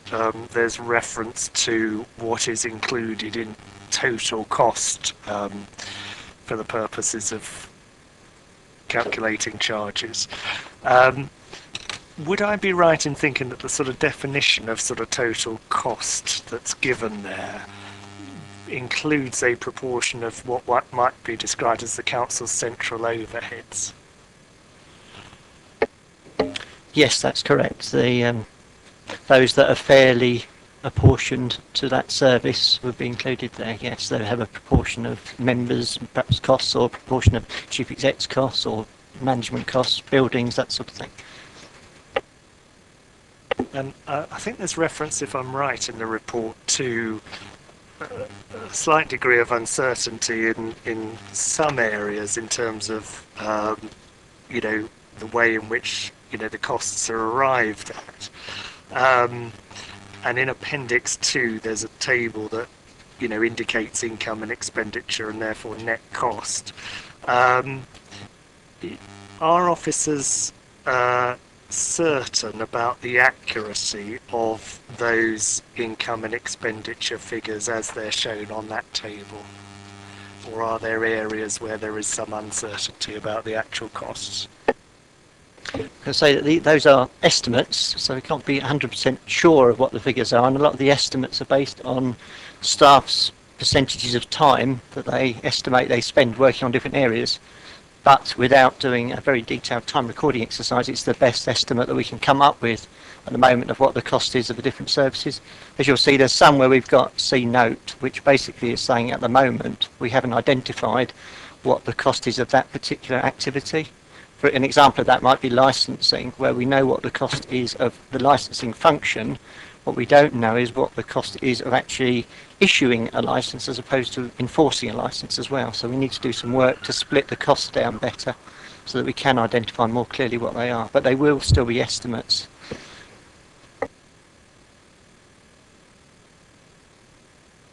Councillor Parker. Thank you, Chair. Firstly, I'd like just to understand better from the officer the establishment of the members' advisory panel.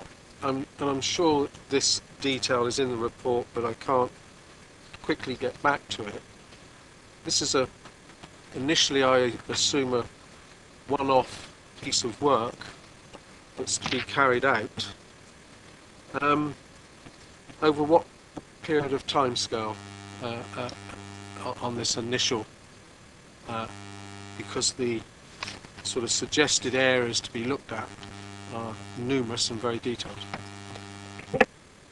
Well, the ultimate timescale for this is that there will need to be a report that comes back to this committee in November, because you will have to see what the proposals are for fees and charges for 2014-15, and that, as in previous years, will then go on to full council as part of the budget report. So the initial piece of work, in terms of doing reviews for next year, will have to be completed by November at the latest. Thank you. Can I? Yes. On page 67 of 121, paragraph 5.9, and I think it's mentioned somewhere else. It talks about under concessions, which is one of the main issues, well, part of the work. Consideration of whether a concession should be applied to a particular service will be part of the detailed review of fees and charges by each portfolio holder. Is that in relation just to this initial piece of work? Is this making reference to that would be also part of the annual review process? And there's two aspects. The initial piece of work would be to identify the types of groups that the council might want to award concessions to, so that we've got a consistent definition of what are younger people, what are older people, those sorts of things. So having come up with a consistent group or consistent groups of people that we might want to give concessions to, it will then be for the portfolio holder in conjunction with the map as we're looking at here to then look at which of those concessions might be relevant to that particular chargeable area, because that charge that they're making, because you're only going to issue concessions if you think there's a particular policy objective that you're going to achieve by doing that. Thank you, members.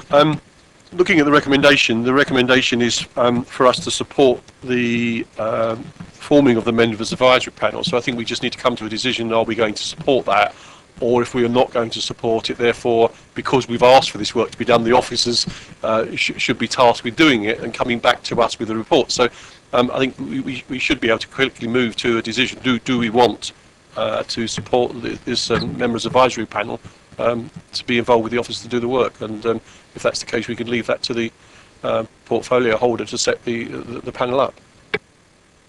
Councillor Harvey.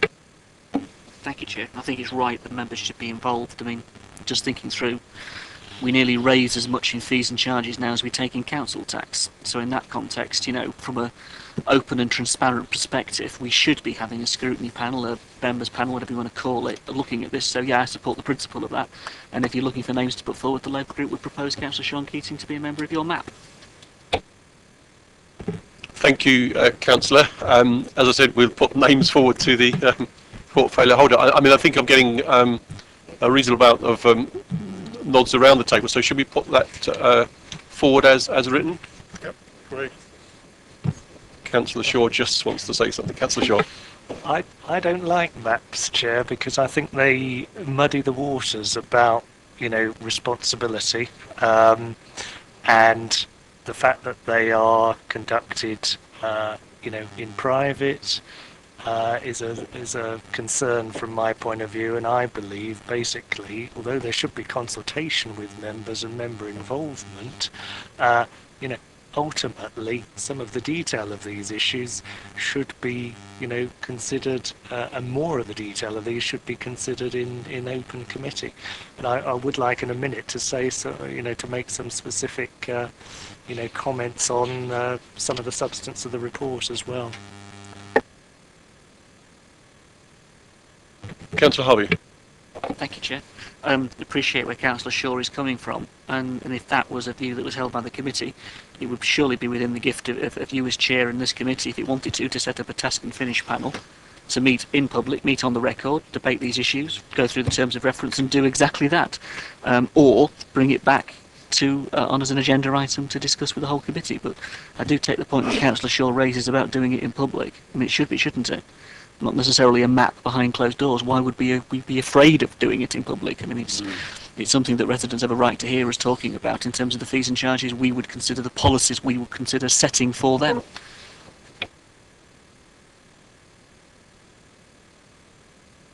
Councillor Chair.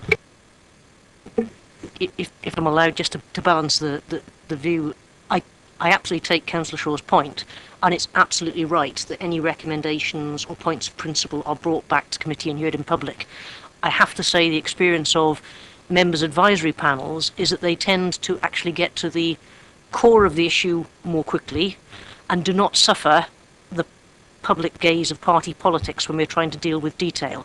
So I actually would look for a mix of the two. There is no intention here to take decisions or policy issues away from public scrutiny in open committee. However, it would be helpful to get through, given we've got to get back to this by November, which is not that long away, that we actually at least break the back of some of the early work through an advisory panel, but with the commitment and the terms of reference to bring that back through committees.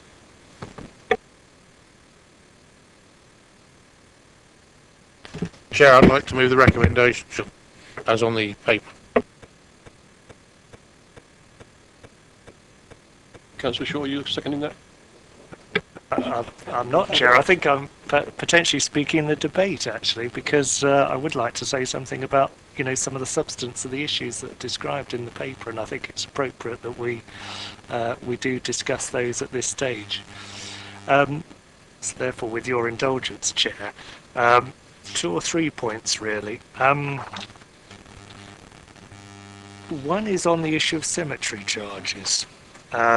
Because I think one of the difficulties that's been described, if I recall rightly, cemetery charges have, I think, trebled in the recent past, and the ostensible reason for that increase in Councillor Shaw, I appreciate where you're coming from, but I think what we're looking at tonight is to try and move forward some principles to get to, not to go into start reviewing the fees and charges and talking about where we overcharge, where we undercharge, etc. We want to get to the point, do we support the idea of having a members advisory panel, or do we want to leave it to officers? And I think that's what we're looking to move towards, and moving reasonably swiftly, I hope, because we have a long night ahead of us. Okay. I do not support the idea of a member advisory panel. I am opposed to it. And I am also opposed to many of the principles that are detailed about charging in this report. I think they're fundamentally misconceived and inappropriate. Thank you, Chair. Thank you, Councillor. I hope you're going to join the MAP. And I'd like my vote against the MAP when the time comes to be recorded. Thank you. Thank you, members. The proposal recommendation has been moved. I would ask those members who wish to support the recommendation as put in front of us.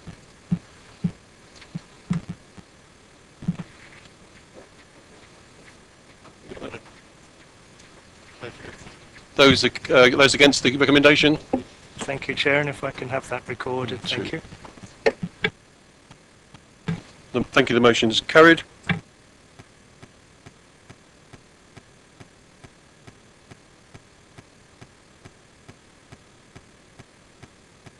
Thank you, members. Moving to item 15, which is paper E, and I would ask Chaz Bradfield to come forward, who's already sneaked up on me, to present this. Members, just to draw your attention, Chaz Bradfield is our recently appointed town centre project manager, and so if you haven't had the pleasure of meeting him, you have now. Thank you. Thank you, Chaz. Thank you, Chairman. Good evening, members, and very pleased to be here. What I've just got is a very short presentation to just introduce the report and the context in which it is set. First of all, hit the right button, which wasn't that one. Bear with me. That's me, you know. So I just want to talk briefly about developing the programme and what I've done to get to this stage tonight. A little bit about the context, briefly overviewing the programme, and then the next steps that we're taking. So you'll be aware that there was the consultation around the High Street Innovation Fund last year, and that was reported to this committee in January. What I've been doing really is using that as my backbone, having discussions with portfolio holders, members, internal staff, external business contacts, to make sure that I've got some reality about putting this programme together. There's also been discussion at a members advisory panel.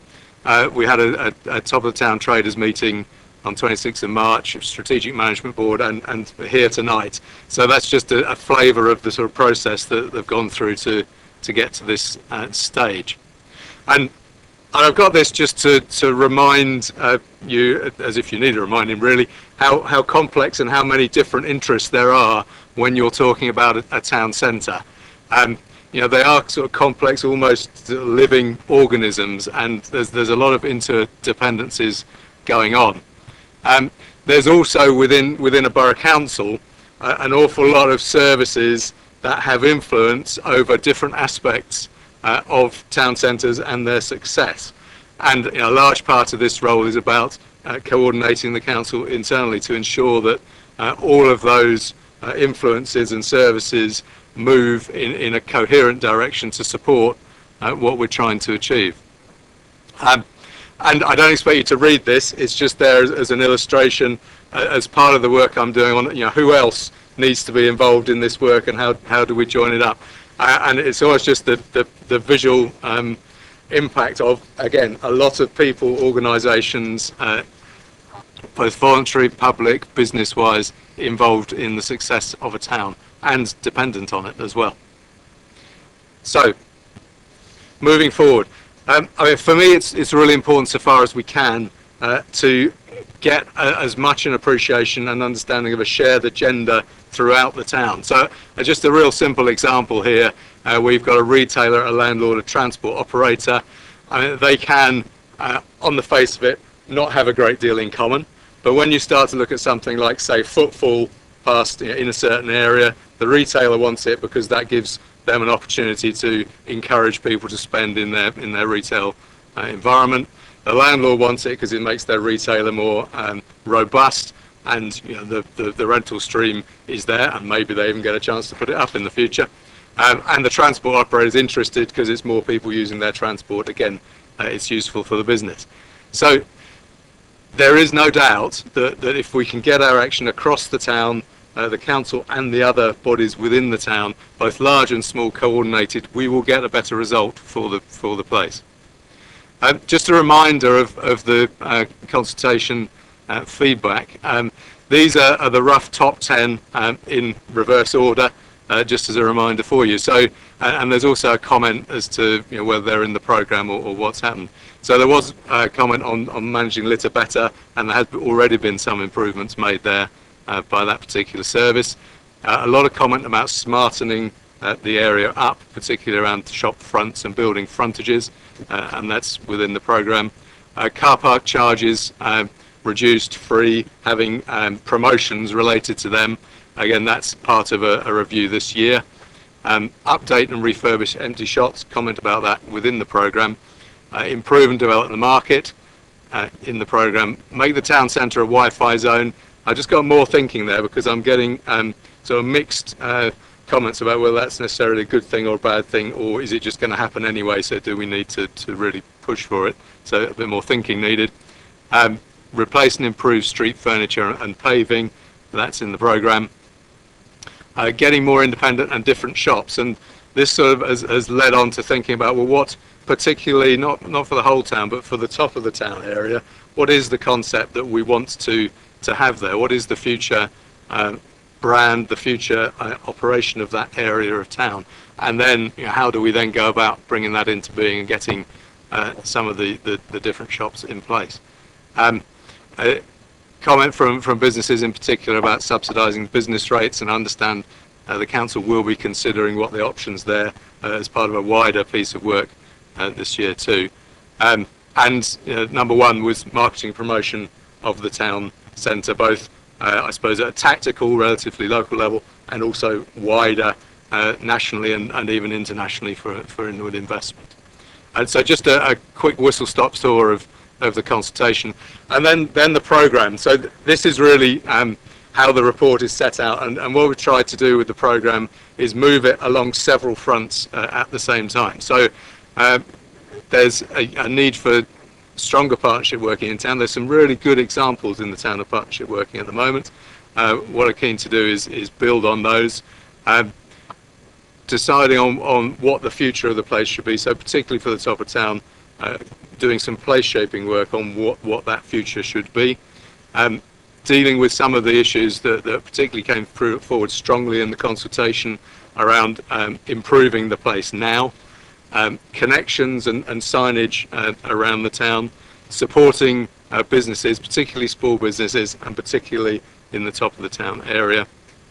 Something that I summarise as animation, but it's how do we make the place, the streets, more interesting, more animated, more engaging, and make people to want to come there more. And then finally, marketing and promotion. So the detail of those are really within the report, and the programme itself summarises those into real crisp, clear action points. And then finally, implementation. This is one of the key steps in moving forward the programme, and then comments or recommendations from this committee will be reported to Cabinet next week, where Cabinet will consider the programme for approval. That's of course to a certain extent the relatively easy bit. The next bit is to make it happen, which is a large part of my role, and you'll see in the report some suggestions for measuring and reporting on progress as we go through. So, Chairman, that's really all I want to say by the way of introduction. Open for questions. Thank you very much. Thank you very much for that. Questions, members? We have, of course, we have. Thank you.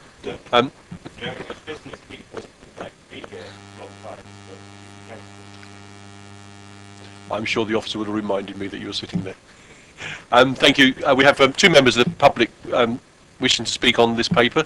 So if I could ask one of you to come forward, we'll take one at a time. And it's Mr. Heath coming forward. Thank you.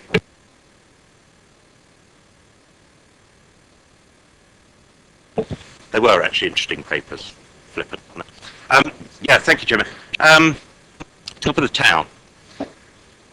As the member that chaired the panel 6 years ago that started this is a long time coming. But I think it's a long time coming because the panel, the members are here, wanted 6 months to do the work on it, and we were given 6 weeks. So I think the background to this is lacking. And therefore, you've got a lot of catching up to do. 3 points. 1, resurfacing the top of the town. This is your 4th attempt. If you don't get it right this time, and it's very easy to get it right because you didn't get it right last time, because the type of paving you used has a slip resistance that is natural for natural foot areas, not long, steep slopes that old people have trouble walking up and down. So the County Council must get that right. 2, very nice to have new furniture and things in there, but the picture today in the press of the Cabinet member standing there like that, with absolutely nobody behind him, was not a happy picture. 3, if you're doing a forum, the town centre, the top of the town committee, the last consultation you had with them was about parking in yellow lines, and you completely ignored what they wanted. So if you're going to have one, are you going to listen to them? And 4, the nature of the buildings are great capital investment with good returns. So if the council wants to invest in the top of the town for businesses, I know several businesses that would rather have your money spent on them than theirs, and they can open up shops in Reading. But please, you have to remember these shops are very old. And just saying put a new frontage in, there's a very large unit in there that will require £200,000 to get it in a fit state because of lack of work for anybody to take it on. Now, you're not talking about shop units you can turn over to a different use within weeks. They're going to require a lot of investment, a lot of support. So please, can you have a forum that works and that you actually listen to? And can you look at the investment that's required for those businesses in that area? Because you can't have startup business. And if you want shops that are occupied, let the students go back into the little shop unit that you took them out of a year ago. They had a wonderful exhibition in there, and they can move out at a moment's Thank you, Mr. Heath. Can I ask you to wind up? Thank you very much. Thank you.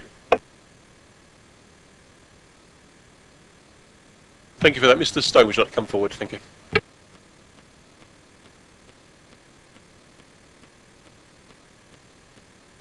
Hello, Chairman. I want to talk about the parking. Parking is the lifeblood of all the businesses at the top of town.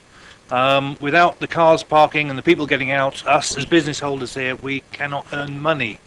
The footfall through the town now is pretty much blocked off by Festival Place doorways, so we do rely on local business coming in from the local area and the local cars parking. Now, the rather draconian methods that the council here use to collect rents from the car park people, the fees and the charges for excessive parking times, the fines for staying too long in the parking, and the way they're enforced is restrictive. So many of my customers come into the shop and run out as soon as they see the time because they're afraid of the £60 or whatever it is fine for parking. We need to get some kind of way of encouraging people to drive into the town and stay for the reasonable amounts of time they need without being frightened of overstaying. Also, the double yellow lines which have been enforced on the service yards are restricting my deliveries, because now, of course, nobody can stop outside my shop to unload or load. The other businesses in the town have also objected to this. I think there was 151 letters that went into council asking you not to implement these double yellow lines around the service yards. We were ignored. Now, the reason for all this is, if you want to have a debate with the top of the town traders, at least when they ask you questions and ask for help and assistance in problems associated with council, you should listen to us and at least talk to us before implementing your ideas. Thank you. Thank you very much, Mr. Stone. Thank you.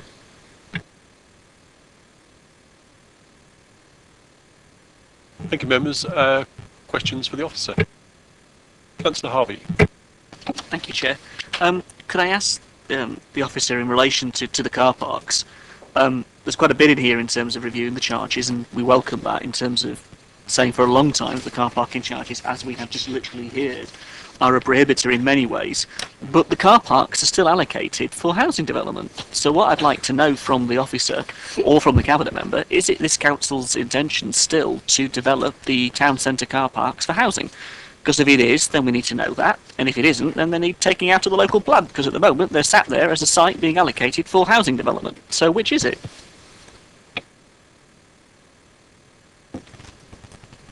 I think from my perspective and my current knowledge, that comes into the work on the concept for the top of the town area, because presumably you're talking about Central Car Park and the Southern Car Parks.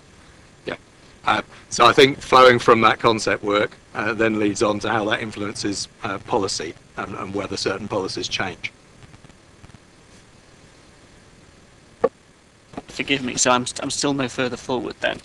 Are we going to development for housing, or are we going to develop them for commercial use with car parking associated with it? I mean, what is the development proposals for the top of town? Thank you, Councillor. I think that's that policy been made clear to us quite a few times in other committees, and I'm pleased to see that the portfolio holders come forward to repeat where we were before.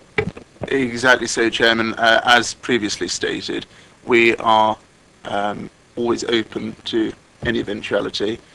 They are correctly promoted, as is at the moment, and we will always review where things will be. We've had many discussions about a number of different sites in the town centre. We'll continue to have those discussions, and it's right that everything is on the table. My personal view is that mixed-use development is very healthy and creates a good balance wherever it is, and that's something that should be considered, should certainly not be ruled out at this stage.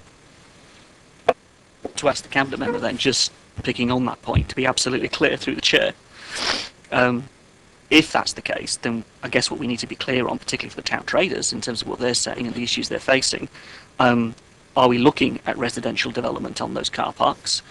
You've taken the view that you review everything. You've wound up with an extra care scheme sat on one of the other areas at the top of the town simply by a mess that was created that left us in a position where they won on a planning appeal. So if there is no coordinated strategy of what you are actually going to do to the car parks, then I would worry, because at the moment they're just sat there in the schlar as to be developed for housing. That's what it says. I'm clearly not going to, Chairman, get into debate on planning policy here at this committee, but what I would refer Councillor Harvey to, as before, is the very clear statement this administration has made around retaining the overall quantum of car parking in the town centre. That remains this administration's policy, but I'm not going to get into a debate on planning policy here. Thank you, Councillor Joe Wadner. Questions I have. There's no one asking questions. I'll carry on. Thank you.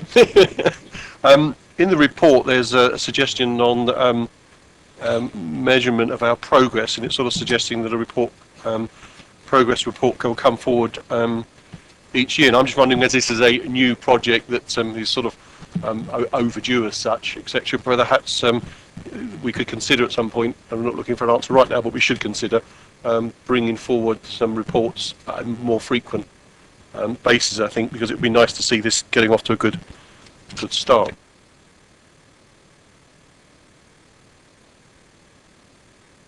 I think that was a nod. You'll take that on board. Good, thank you. Gum cleaning. I noticed there's a substantial amount of money, £18,500 to be spent on gum cleaning, and I appreciate that needs to be done because it is a horrible mess. But just wondering, are we taking any action to sort of try and keep on top of it so that we don't get another £18,500 bill, because it's built up again? Thank you, Chairman. Yes, I mean, I think it is more than gum cleaning because it's gum removal and a deep clean of the pavements, and that really goes with the repaving of Marketplace and the renewing of the public realm benches and so on.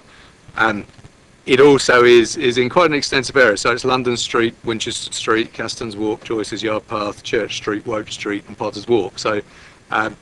But I think the point you make is an excellent one, and yes, the service team's intending to reshuffle their resources, so once that work is done, the area remains cleaned regularly. And I think we'll also need to try to educate people around just not throwing their gum on the ground.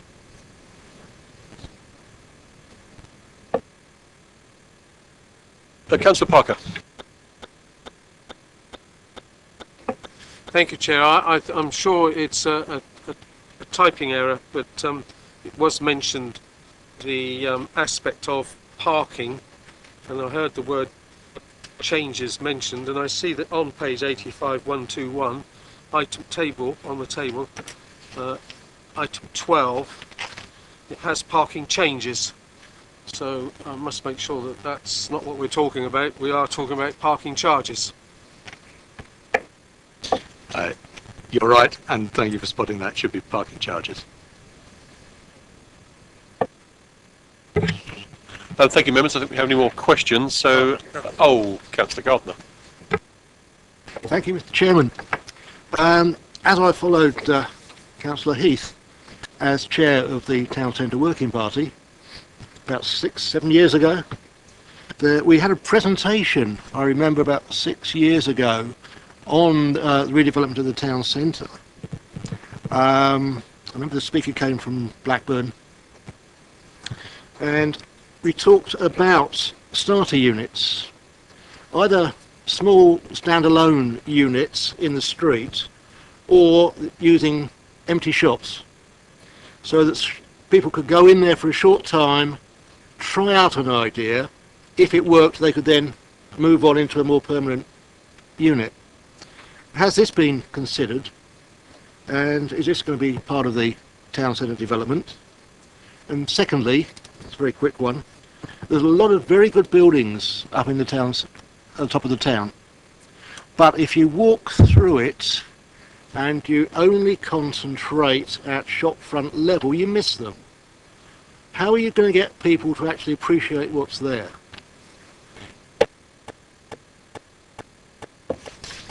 Thank you. Starter units, I think what I'm working on at the moment behind the scenes is with a couple of local organisations and ourselves in terms of our own property, and whether we can turn some of those, the 2 empty shop units, but I'm looking particularly at one on Church Street, into exactly that sort of thing. I think that one of the challenges around those sort of starter units is how do you manage them, how do you chop up the space, how do you get them vibrant and interesting, and how do you market them so that you give people the best chance of success. I think also it's sort of linked with the markets too, because if that becomes more vibrant, there's the possibility for retailers to engage in a starter unit and perhaps move to a market or another unit in the place. So at the moment that's work in progress. Once we've got something that we feel is a good substantial proposal, we'll then be bringing that forward. In terms of buildings, I mean, you're absolutely right, and I think I'm still relatively new to Basingstoke, so I can still look at it with relatively fresh eyes, although you start to get used to places in time. And the area, particularly in the top of the town, has got some gems of buildings there. I think that's the sort of thing that we've got to market more strongly, get more things going on, and make more of it, and encourage people. For example, there is the town trail that the Heritage Society and ourselves have put together. Maybe that needs to be marketed more strongly. And so it's that type of activity that I think we need to be mindful of. Not everyone's cup of tea, but I think it's something that it's part of Basingstoke's heritage. We should make more of it. Thank you for that. And I think you're absolutely right. There is a town trail which the Heritage Society have put, and it is marketing that and making it more well known. And it could even be a matter of putting boards in the street, so that you can show a picture of the building, you look up and there it is, but there's something to bring it to your attention.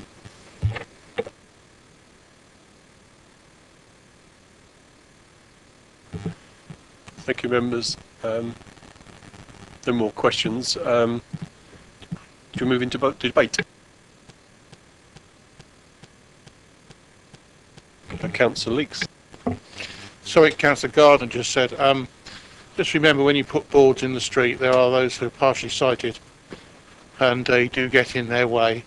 And I was at an event the other day, and they were complaining that, no, I wouldn't say complaining, they were saying that when new pieces of furniture come up, even their guide dogs find it difficult. Now, I'm not able to, I'm not an expert on this by any means, but I know that there were some concern over street furniture, so be warned. I'd rather be hung from the lamppost than me being hung up for not mentioning it. Councillor Gardner. I wasn't hoping for freestanding boards. I was thinking more in terms of wall-mounted. Councillor Harvey. Thank you, Chair. Just a couple of comments, really, in terms of the overall direction. I think we've got two papers here this evening that couldn't provide a more stark contrast, really, of the current administration's direction of travel. We've got the current cappuccino approach to the leisure park, and now we've got the Cape Winslet approach to the top of town. I mean, it's the Titanic, isn't it? It's the Cape Winslet bit going on there. 24 empty units in the top of town. all right, in the whole of the town area. And that is a really serious issue that we get comments on regularly as board members with residents. The issue of landlords, rents, lets, shops, surviving, footfall, all of that is incredibly relevant and incredibly important. And we've heard comments this evening from the traders who are saying, you know, sometimes this administration doesn't listen. So I think that's a message, if anything, to go away by Cabinet, that it is important to listen to what the traders are telling you. It's important to also recognise just how difficult things are in the top of town at the moment and in the town centre as a whole. 24 empty shops is nothing, absolutely nothing to be sniffed at. It's a very serious issue for our local economy. The other point to bear in mind is, and this is again the contrast between the two, Chair, is this administration is willing to spend £800,000 buying a coffee shop on the leisure park. It can only find 600 grand over 3 years to spend on the top of town, which involves a lot more businesses than just one coffee shop. Now, I'm sorry, but that for me is the priorities in completely the wrong order. And if I'm going to look to use an Investor Grow platform of what, £1.25 million, I know where some of that should be spent to invest in our local economy in the town centre, not just the top of town, but in the town centre, to invest to grow businesses, invest to grow jobs, that should be really at the heart of where the Cabinet's priorities are. So I'm sorry, it feels to me a bit cart before the horse here, and I can't get away from the fact that, you know, simply sitting there in the Gazette with your arms open wide doing the whole Kate Winslet routine doesn't solve the economic crisis of the town centre.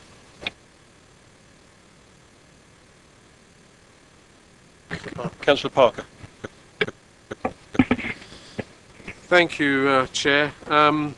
I too sat on the committee that was chaired by Mr. Heath all those years ago, and I've been ward councillor for the top of town for many years, and I've been asking this council to spend money on the top of town. In fact, I did score one victory in council chamber, which was then to be told, well, find a project and we'll maybe find you some money. I think the current situation we find ourselves in is a very positive one, in as much as that we've got a top of town manager, guru, someone that's going to be promoting how we can benefit the traders in the top of town, which in turn is going to probably offer a better proposition for visitors to the top of town.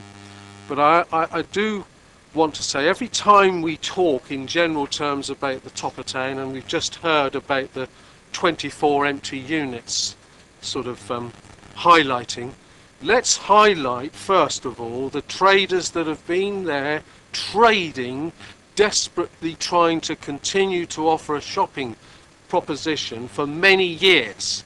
You know, it's okay to be talking about empty units. It's sort of, we don't want to start suggesting that the top of town is anything like some of the other environments in other towns. It still has a considerable level of vibrancy about it, and we want to be talking it up, not talking it down. The question of car parking, I think car parking is something that is potentially something that can be used in benefiting trade. It's a difficult one though.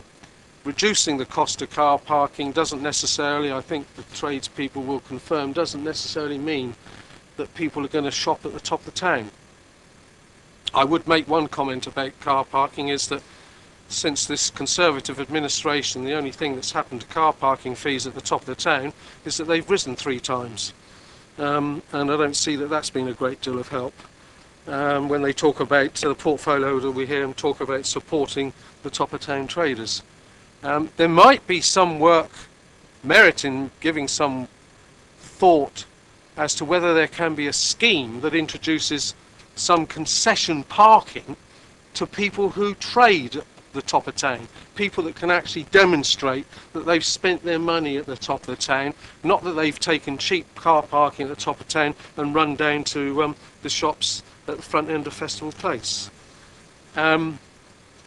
With regard to the what we need also, and I've highlighted this at the members panel meetings, is that we've got to establish a much better partnership working with our county counterparts. We can't have a situation where, under the guise of consultation, the design and construction of the paving area for Marketplace is introduced. Not what would you like, how would you like us to do it, but this is what it's going to be, and this is how we're going to do it. This is our town. They might be the authority in that particular part. They might have some element of control. But we've got to take that back, and we've got to tell them what we want them to do, because we end up with a proposed paving surface that actually will attract and retain gum, will be difficult to clean, and in my view doesn't look particularly attractive. Going on to gum, yes, I'm pleased to hear that we are looking not only just to have a deep clean, but we're also looking at means that will continue to reduce the effect, the unsightly effect of this gum. And I'm afraid, regrettably, education, I can't see a lot of positive out of that, because we did install gum bins on the lamp posts, and all they ended up being was Thai kickboxing targets for the nighttime economy revellers, and they were soon shattered and not a great deal of use, and not certainly used for the purpose that we intended. So I think it's one of those things that we've got to live with until such time as the national government have the nerve to put a tax on the actual disgusting habit, and then that can be trickled down to local authorities as a way of covering the costs of the clean-up. There's nothing much else you can do apart from carrying out the clean-up. I do think that we've got to accept that the car parking income is in surplus in this local authority, and I think we've got to find a way. Festival Place have their car park, and Festival Place have their car parking revenue, and I'm sure Festival Place use that revenue to support their trade in the town. And I think we've got to come to terms with the fact that the central car park, the top of town car parks, are income stream providers, and we've got to accept that some of that income has got to be proportioned off and applied to the benefit of enhancing the top of town environment, along with what's being spent now. So it's something that's been mentioned already. We've been a long time discussing it. We've been a long time trying to do something about it. Previously we haven't got anywhere because I think there's not been the funds. We've now got the funds, and I'm very hopeful that we will have some measures put in place that's going to support those individual businesses that are themselves committed to offering a shopping proposition. This local authority's got to get behind them and support them, rather than continuing to ignore them and make life difficult for them. Councillor Tilbury. Thank you, Chair. Yes, I think car parking is one of the big issues up the top of town, because for a lot of those shops there, they're very often in direct competition with other shops out of town, and people, if they've got the choice, well, I'm going to go and pay a couple of pounds to park there, or I can go to one of the out of town ones, they'll go there with this free parking. I mean, I actually heard, I think it was Eric Pickles, talking sense earlier today, and he fell out the chair. And one of the things he suggested was that they should have sort of half-hour sort of grace period where you could park there. And of course there is a financial impact of that there, but I think that's one of the things we could possibly do, because as Stuart said, it's actually earlier in this report, we make about £900,000 a year profit in car parking, so we have the ability to put that money back in. Yes, it's a loss of income, but the point is, what is car parking there for? It wasn't put there in the first place just to produce income. It was there to encourage people to go and use the shops, or to make them able to use the shops. And there's more, if you want people to come into the town from outside or even from the edges of the town, then they're going to have to drive. So there are a lot of things we could do around that. The other obvious one is there isn't the difference now between like the pay and display car parks and the ones where you pay as you leave. You're not in a rush to leave those, because it doesn't matter if you go over. When people are thinking on the other end of the town, I've got to rush back now to get back, or the ticket will run out, and it does curtail their shopping very often. And that has an impact on these people. And the other thing is, the top of town is the market. I mean, our market is just pathetic, and it really is. I mean, you go to any other large, even Alton's got a better market than Basingstoke, and it's a fraction of the size. Winchester is much much smaller. It's got a really good thriving market, which has grown, and not only grown from the sort of area they've used for many years, it's spreading up all the other streets now, and that brings a lot more people in. Now, obviously, it's easier in a place like Winchester, which has got a lot of tourism, but it isn't just tourists there. It's a thriving market, and we could use the other streets there because they're using some of the streets that are on quite a hill.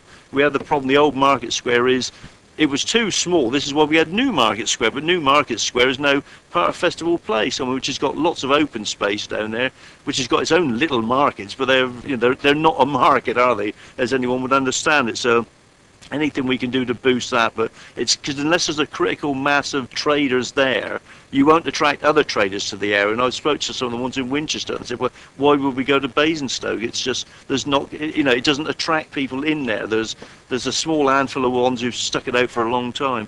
And the other thing is, we looked at years ago with a credit union. How many times did we look at that? And so we could have a shop front there, and we've got empty shops, and some of which we own, which we could have used for that, which would benefit people in other ways as well. So there's a lot of things we could do there, but it's just seen as a poor relation. And until we do something about it, it isn't going to change. So, this is long overdue. Thank you, Councillor. I think what we're hearing is lots of good ideas, and my discussions with our new town centre manager already helped me to realise that he has lots of expertise and experience, and he will look at the market and he will understand what type of market and what sort of places want to be there, because building a market these days is not a simple just here's the space, bring your stores along please. We have to understand whether we need to specialise into certain products, certain types of products. So I've been speaking with him, and he has those skills to look at that. And I think what we're looking at here is an excellent idea. The council have committed substantial funds. They've appointed a town centre manager, so we've moved forward some big leaps. We have a plan for the town centre, and I hope that members will continue to support the town centre manager, feed in your ideas, feed in your criticisms, and let's make sure that he understands all those issues, so that we can move the project forward. And I would support the recommendations, support the paper, with the one caveat that I would like to see reporting coming back a little bit more frequent than 12 monthly, because we do want to stay on top of this project. Councillor Gardner. Thank you, Mr. Chairman. Just picking up on Councillor Parker's point on car parking, I have seen it worked in other authorities, and it could be used in the top of the town car parks, where you have a prepaid parking. You have the sticker on the back. You present that sticker in the shop, and you get a refund on your parking. And it can be restricted to the shops at the top of the town, and that money could well then be refunded to the shops as part of the support for the top of the town.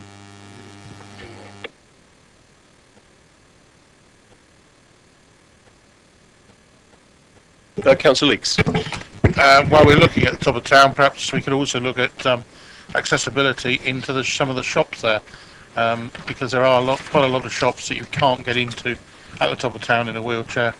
So perhaps that's if you're looking at the height or the pavement, then it might need to be brought up.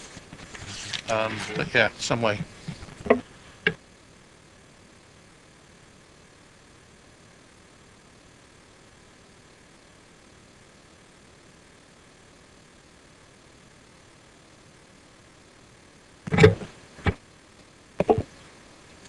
Thank you, Chairman. I just wanted to say that I've heard some very helpful points around the table on particularly the issue of car parking, and we'll certainly look at, as in the plan, look at car parking going forward. I also just wanted to pick up on Councillor Gardner's point on the starter units and creating an environment where people who do want to set up new shops can have that opportunity to test the market, and I think that's a very good idea, and we will be looking at that. But I just wanted to also set out that it's important we don't talk our town down, because there are lots of really good traders already in the town, and Basingstoke is a strong town. This is about building on our strengths and supporting businesses where we can. We've taken time to bring forward a medium-term plan here. So we've committed our money alongside the money we also got from the government, which was most welcome. We've listened to the consultation results, as the Town Centre Project Manager has already presented this evening. Those have been incorporated into the programme. It's important that we bring everyone together to work in partnership for the longer term. We do want to work with traders, we want to work with residents, we want to work with voluntary organisations and others. And it's important that we set up a forum and get moving with that very quickly, and that is a key objective for us. This council has invested elsewhere in the town centre, in the Miles, for example, to attract Primark and ensure that shopping centre's long-term future. We're keen to work with the new owners of Festival Place to build on that asset for the town, which draws in people. But then what we've got to do is make the town's, the top of the town a place to go to, not go through. And we are doing that by committing over £600,000 worth of funding here, well in excess of that we obtained from the government. Now, I just think it's important to clarify something here. Labour are suggesting here that we should be investing a lot more money. Where there are investments to be made, we will, of course, look at them. But it's very important to separate out investment from grants and revenue spending. This money that we have allocated is money that we are granting to the top of the town to improve the top of the town, to bring it up to a place that people want to be. That will bring the footfall that we all want to see to the top of the town. That will help businesses thrive. That will make the top of the town a place that we can genuinely all, hand on heart, be proud of. So we are committing that funding without any prospect of getting that £600,000 back. And we're able to do it because of projects like the leisure park that generate that revenue return. We're able to do it also because of the revenue that we get from other charges such as car parking. And Councillor Parker's quite right that drawing in some money to fund other things in the top of town is the right thing to do. And this is an example of just that.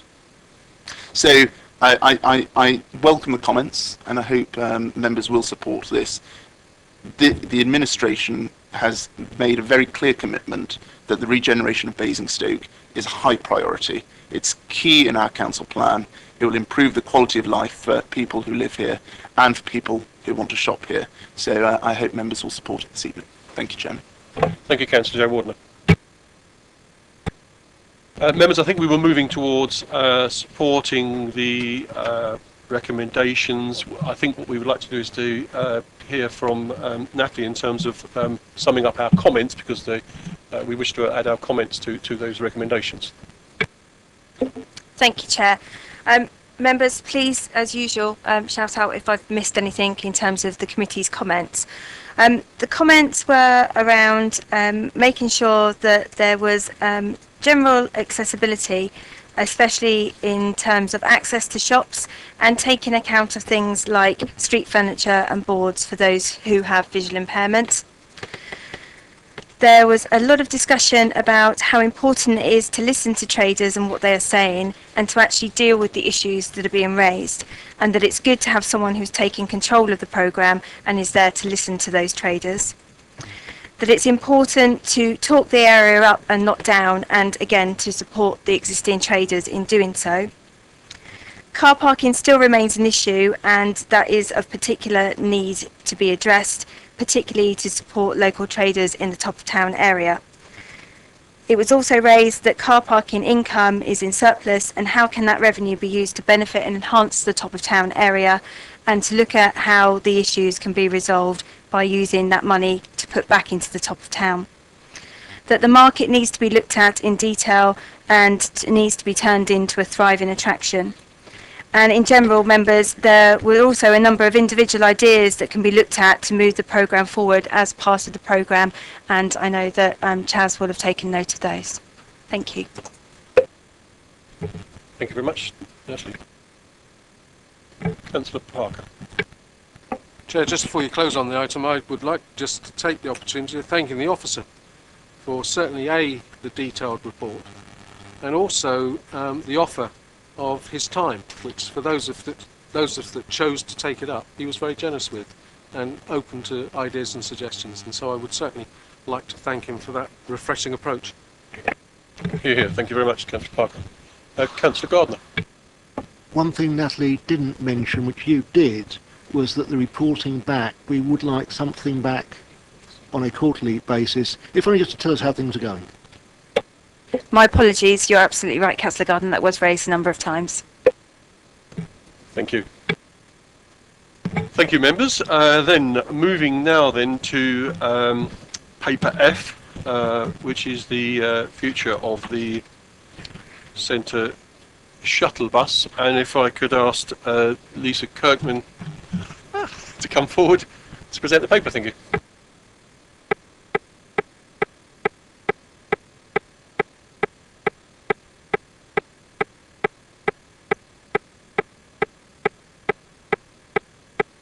Ably accompanied by your supporting team, Amy and Peter.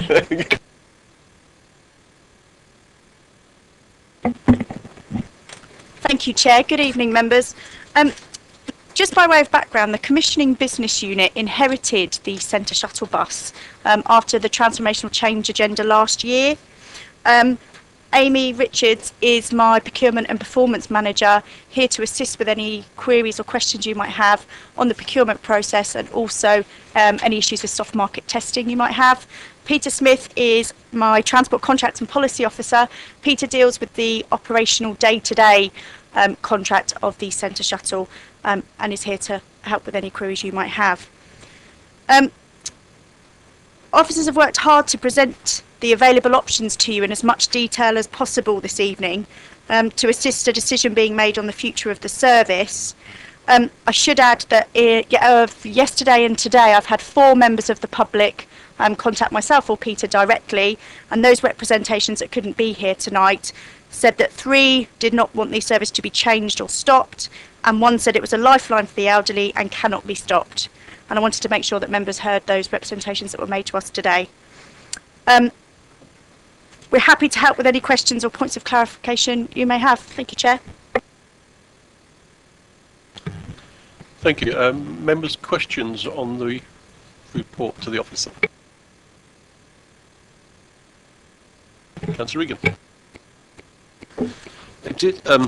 I'm glad you had several phone calls, because I've had 3 phone calls today and 5 emails in support of maintaining the service.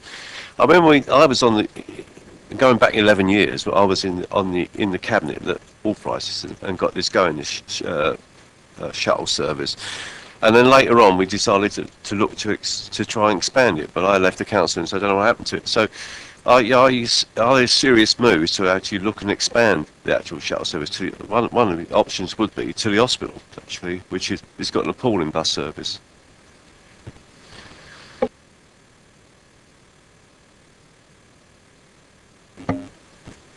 That is actually one of the recommendations that we've put down. The fact of extending the bus service at all will incur a cost, and the cost will be directly commensurate with the route that is taken. So if we do decide that we're going to extend the route, then we'll have to be very specific on where we're going, and the costing will have to be worked out on that, but it's certainly a consideration that we can look at.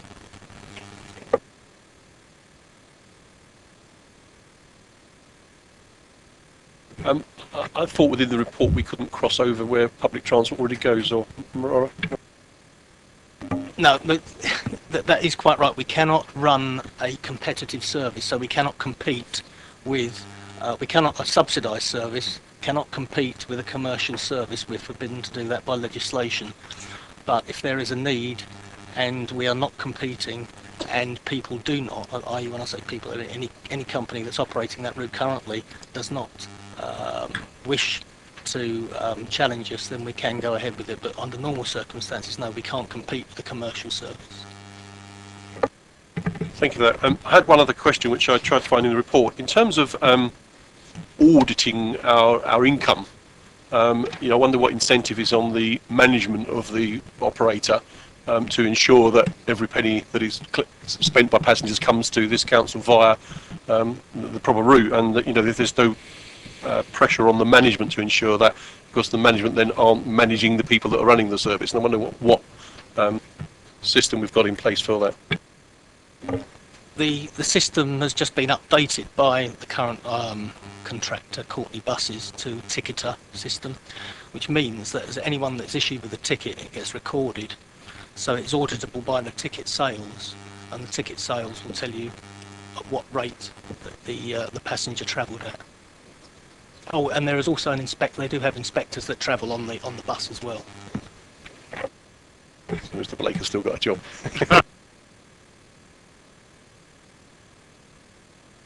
Councillor Leak. Right, it's just what you said earlier. So you can't have a bus going from the town centre to the hospital because there's already a bus route going. But if it went from, say, the leisure park to the hospital, would that be acceptable if there's no bus already going from the leisure park to the hospital? In those circumstances, you'd have to speak to the current operator, Stagecoach, because they currently run a service to the hospital. The fact that they don't run one from the leisure park to the hospital is largely immaterial, but you would still have to confirm that they would not wish to run a service there themselves. And then if they did, then you would have to tender for that. Councillor Gardner. I think we're going to thrash this point to the point of exhaustion in a moment, but when we talk about extending the route and we say we can't compete with commercial operators, what specific routes do you have in mind which we can extend to?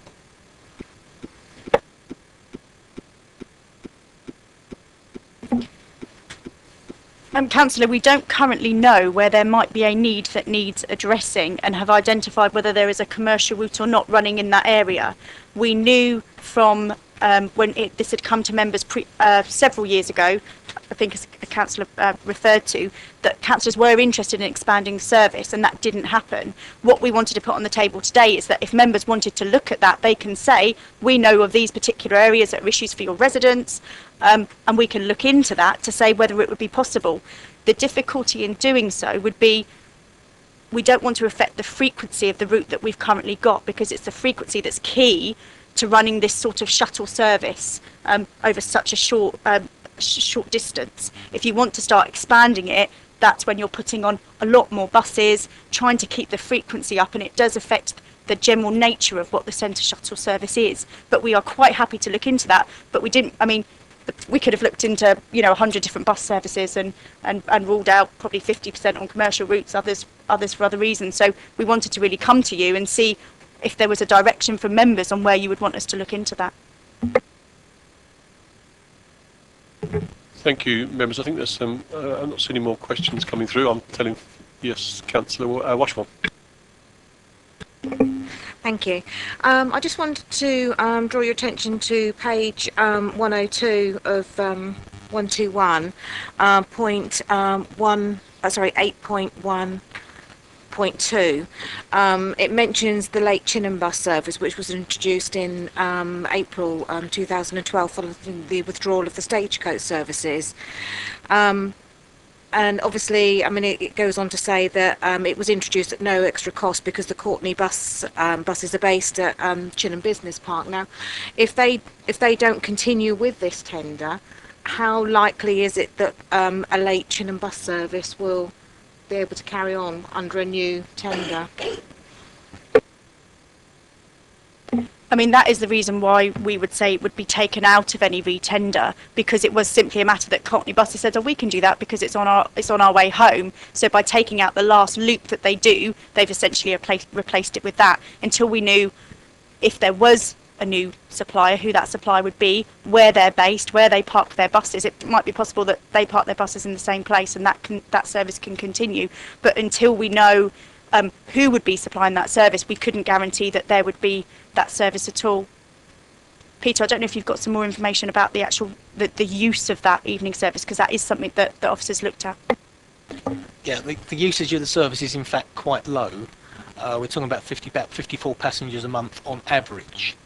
When it first started, it was quite high, but it's gradually deteriorated over the last 3 or 4 months, probably down to, well, the lowest one I saw was 24 in a month. It does operate a drop-off service only. It doesn't pick anyone up. That's the other thing. So it picks them up from the. It picks them up only from the railway station and drops them off on a specific route. Councillor Tilbury. Just on this point of the fact that we're not able to run subsidised services, if we did want to run a service to the hospital, as long as it wasn't subsidised, because obviously this is clearly subsidised because we don't make any money out of it, but if we did charge a more commercial rate that allowed us to do it, that would, I assume that's what it means, rather than we're just not allowed to run the same routes. You have to compete. Well, if you run a commercial route, a local authority cannot run a bus service. Full stop. Transport Act 1985 and 2000 says that, but they can run a service where it is needed. So if you were to run a service from the town centre to the to the hospital in direct competition, you'd be prevented from doing that. If it wasn't in direct competition, then you could run a service. So you would have to contract somebody else to do that on your behalf. You couldn't run that as a local authority. If you were a bus operator, you could run that service, but as a local authority, you can't. Does that explain? Yeah, that's right. Yeah, just to come out briefly, 'cause I think there are still some local authorities that still run buses, I think, but that, yeah, that's, I think obviously we aren't running the bus, we're just paying someone else to run it, you know, I mean, it's contracted, whether we're not direct employers of the staff, etc. Councillor Tilby, that was an exact point that I made, that I knew there's a university bus in Hertfordshire, I think Reading have got their own bus. If they existed pre the change in legislation, they were allowed to continue with that service. It's post that, if you want to do something new, that's where there's new regulations. Councillor Parker. Thank you, Chair. I just wanted to clarify, are officers still open to suggested additional loops that could be incorporated in the service? Is there time to feed into the... Yeah, that is one of the options on the table today. If you wanted to give us information in terms of being able to explore option 3, it might be that it coincides with the decision to re-tender or not, because members will need to give their indication as if they support the continuing service of the centre shuttle as it runs now, but certainly that's something that members, the officers can take on board. Just drop an email to Peter, would that be the idea? It would need to be, it's the committee's comments that we're taking away from today, so it would really need to be something that probably came through, but I appreciate it might take some thought, and therefore you can email either Peter or I, and we can pass that on to the portfolio holder. Well, as a member of this committee, I would like to make a suggestion, if I'm able to, whether it's got to have support of all the other committee members, I'm not sure, but...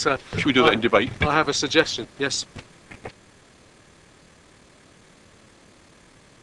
Councillor Burgess. Thank you. It's a quick question. When this bus first started, it was a park and ride service, so to keep cars away from the town centre. Have we changed that now? Do we no longer have that criteria? No, I think it's been called many things, Councillor. So it's called the centre shuttle now, and essentially it acts as a link between the leisure park, the railway station and Basing View.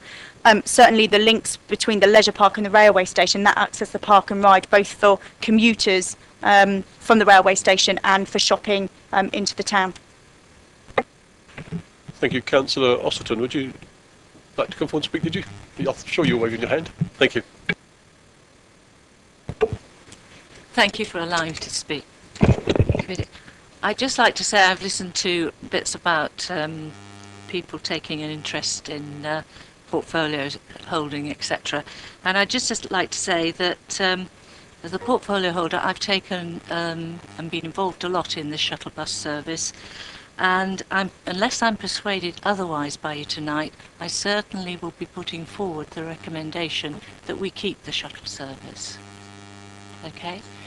Secondly, I look forward to listening, and I'm listening to what you're actually saying.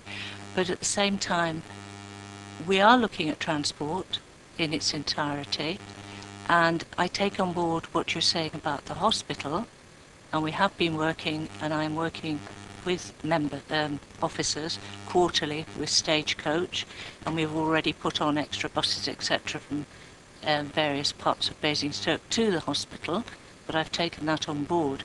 But basically, what was the shuttle service set up for?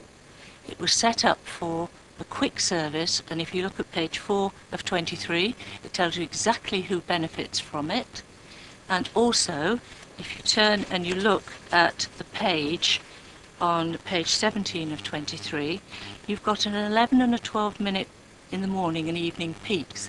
This gets people very quickly from the station to Basing View to the leisure park when they want to go. So I'm just saying, if you start and change the whole, but I'm open to suggestions, the whole paper, then you do lose your service of quickness, the 12 minutes, etc. And this is what it basically was for, is to get people, and with Basing View, the regeneration in Basing View, and the actual leisure park coming forward, then I don't know how you feel, but I would like to see, if you agree, that we keep this 12 minutes, etc. I think that is important. Okay, thank you. Thank you, Councillor Austin. We're now moving into debate. Councillor Shaw. Thank you, Chair. I agree with the issue of frequency, because I think that is a sort of key to the success of bus services generally. I certainly support retendering this service. I wanted to say something specifically about the biofuel issue, because one of the initial reasons, as I recall, for setting up the centre shuttle was not just the issue of, enabling people to be transported from point A to point B, but it was also about improving the environment and the environmental aspects of having a bus service as an alternative to people getting in their cars and driving the same route. And the reason, as I recall, why the requirement for biofuel was introduced was because at the time, to be very frank about it, if you compared, the carbon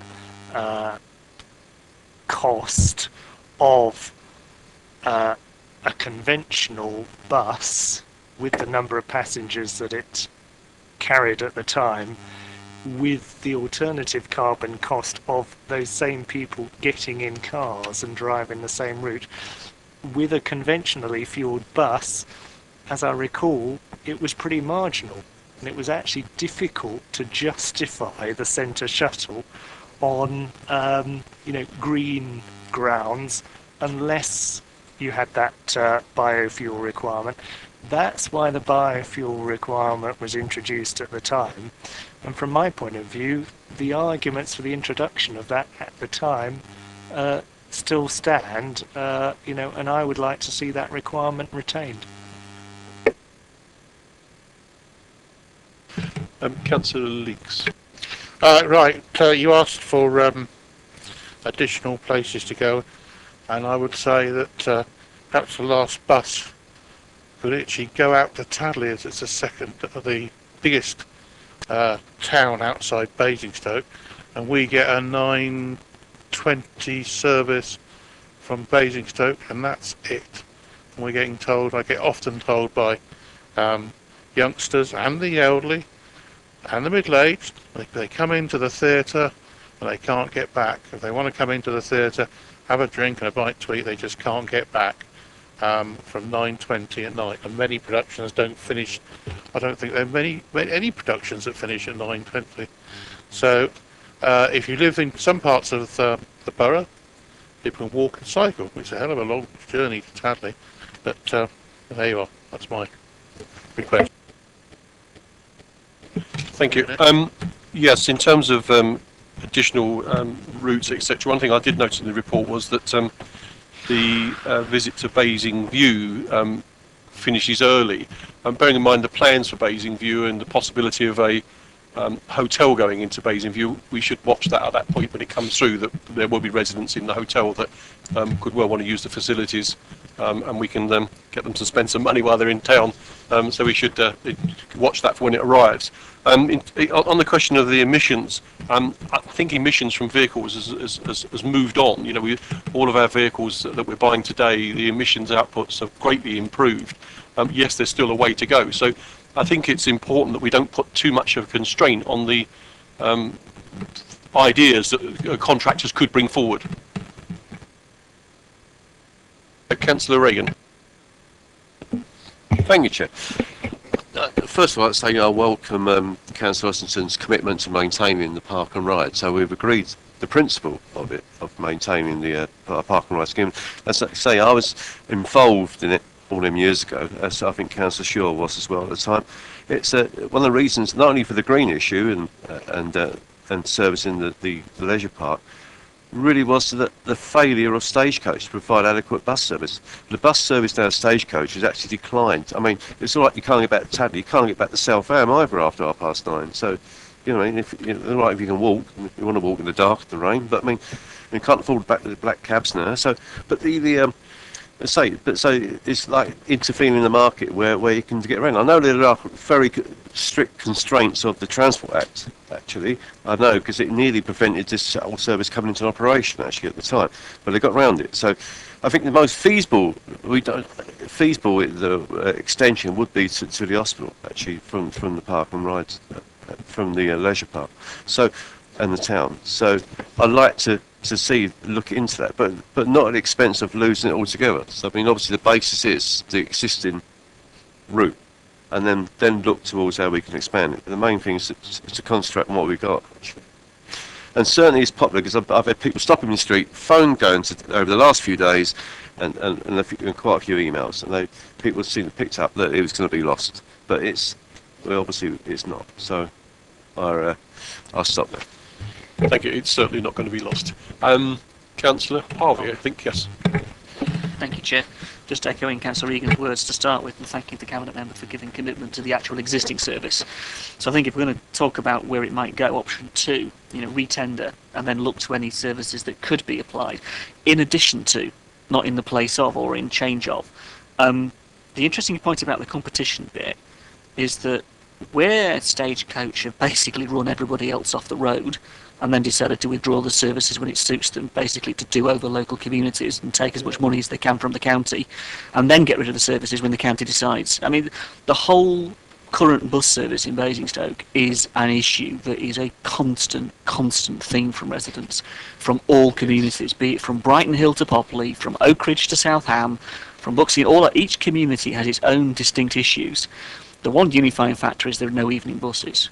I mean, for a town of our size to have no evening buses is insane to our local economy, and to actually free movement around the town. And, Stagecoach may have their own commercial reasons for doing that, but from a social point of view and a commercial point of view, maybe there is something in addition to that would benefit the residents, that would also offer, and this is the test, isn't it, and this has to be the test, can something we devise, and sitting around the table and being a councillor, is not the right way of doing it. It needs to be done professionally and properly, to devise routes that would be commercially sensible, that would increase the revenue stream, that would aid the fact that we're subsidising it by £200,000 a year, which is fine, because it's the right thing to do in the context of what we've got. But if we can expand it to commercially create revenue streams that benefit the authority financially, but also benefit residents socially, by providing them appropriate buses that link places, that's right. Now, at the moment, it's been described to me, and again, I'm no expert on this, that a lot of Stagecoach's routes are spinal. So they come out from the centre to places. What they don't do is connect community to community. They don't do the circular routes, district to district. And that is an issue. So district centre to district centre and so on is something that would benefit a number of residents, for example, who would want to, particularly from an elderly perspective, access GPs because of the location of our GP centres around the town, in particular district centres. That might be something worth looking at. The other issue to consider, I think, in all honesty, is from a young person's point of view, and this is something I know from a Labour Group perspective, but we're not the only ones that share this view, that in terms of young persons' access, safe access around the town to the leisure park and to other activities and places, the passport idea. Let me raise that one again, because we've been raised so many years and so many times. But the idea of actually, passport access to the leisure park and transport to the colleges and so on is something perhaps to look at. And that's the competitive bit with Stagecoach is only where it's direct competition, because that's the actual specific language of the Act. So where it's in another route that goes to the same destination that Stagecoach go to, it is something we can consider. So routes to the hospital can be considered if they don't follow the direct route that Stagecoach currently do, or did, when they were deciding to try and run us off the road or run somebody else off the road to steal the service, if you like, and then cut it. So my real criticism, as always, is with Stagecoach and what a poor service they offer our community. But it's the opportunity. If there is, we should take it, and it's great we've got cross-party support, so let's carry on in that vein.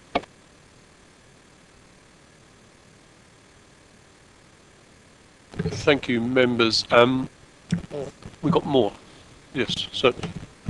Just one of the other point we were coming on was, I think in the report, we talk about Sunday the service being used at a much lower level. And I think that shouldn't force us to say take it away, because I know it does sometimes, because obviously lack of use. But in this case, it is a Sunday.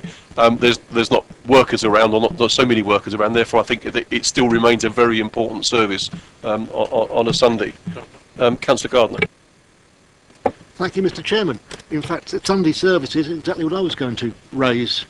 And although, as you say, there aren't the workers around, so the connection into Basing View perhaps could be reduced.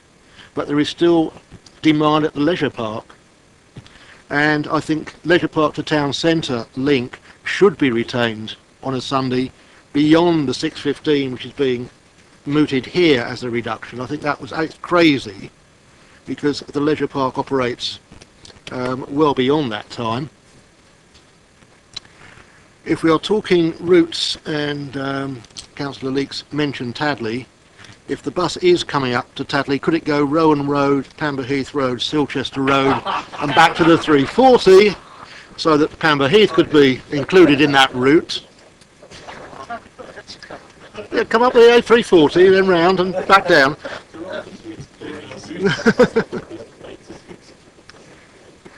and lastly, in view of the fact that very few tenders include biofuel, I think it would be crazy to exclude the requirement solely to biofuel, though obviously that is one of the options that will be looked at when the tenders come in.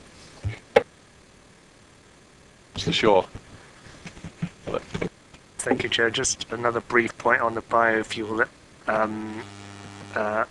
issue, because the issue with the biofuel is that, and the thing with the biofuel is that because the fuel is grown in the reasonably recent past, during which CO2 is absorbed, and then the CO2 is released when the fuel is burned, the net carbon effect is negligible, and therefore the biofuel, it contributes little or nothing to global warming. And in that respect, diesel, or for that any other fossil fuel, is significantly different. And the key thing that is unique to the biofuel in this context is that it is not contributing to global CO2 increasing emissions, and that is the underlying argument for why the biofuel requirement should be retained. Thank you, Councillor Parker. Thank you, Chair. I also would, as a great supporter of the shuttle bus, I would like to thank the portfolio holders' comments about the intended proposal to continue the service. And in the area of subsidy, I think 90p per passenger subsidy is not a big price to pay in regard to giving support when we've had other discussions with the other papers in regard to how this council spends its money. If you sort of compare that to other subsidies that go on in other areas, it's really, I think, a success story. I would like to propose a extra leg to the route, because we have in the town centre 2 large residential estates that, apart from having a I think it's 3 in total bus stops that skirt the edges of those estates, they have no bus service, and that's namely Riverdene and Rosebanks. And they are town centre. We're not talking about going on or meandering out to the countryside. We're talking about something that might be viable in the sense of there's easy access off of Eastrop roundabout, there's the access lane. It could go along Eastrop Way. It could serve also then, which has been debated and discussed previously, Eastrop Park in the summertime. It would be an extra benefit to young families wanting to come out of the town and go to the park and go back into the town. And it's going to, no doubt, it could then perhaps look at a stop close to the Roger Morris Centre. It doesn't have to go into Rosebanks, because then there is reasonably easy short access through the footpath there into Rosebanks. This would benefit the elderly, the young, non-car owners with a safe access into the town centre, because in actual fact the pedestrians don't even have a complete footpath network out of those estates into the town centre. So I would ask officers to look at that as a viability. I think probably it wouldn't have to interfere too much with the times that you're looking to maintain, and I think there would be a considerable enhancement of the service to local town centre residents, and I think it would probably also generate considerably extra income stream on passenger numbers. Thank you for that, Councillor Cherry. Thank you, Chair. I'll try not to reiterate points that have already been made, but I am going to look at it from a slightly different view, in that we're asked to consider and express a view on 3 options before us.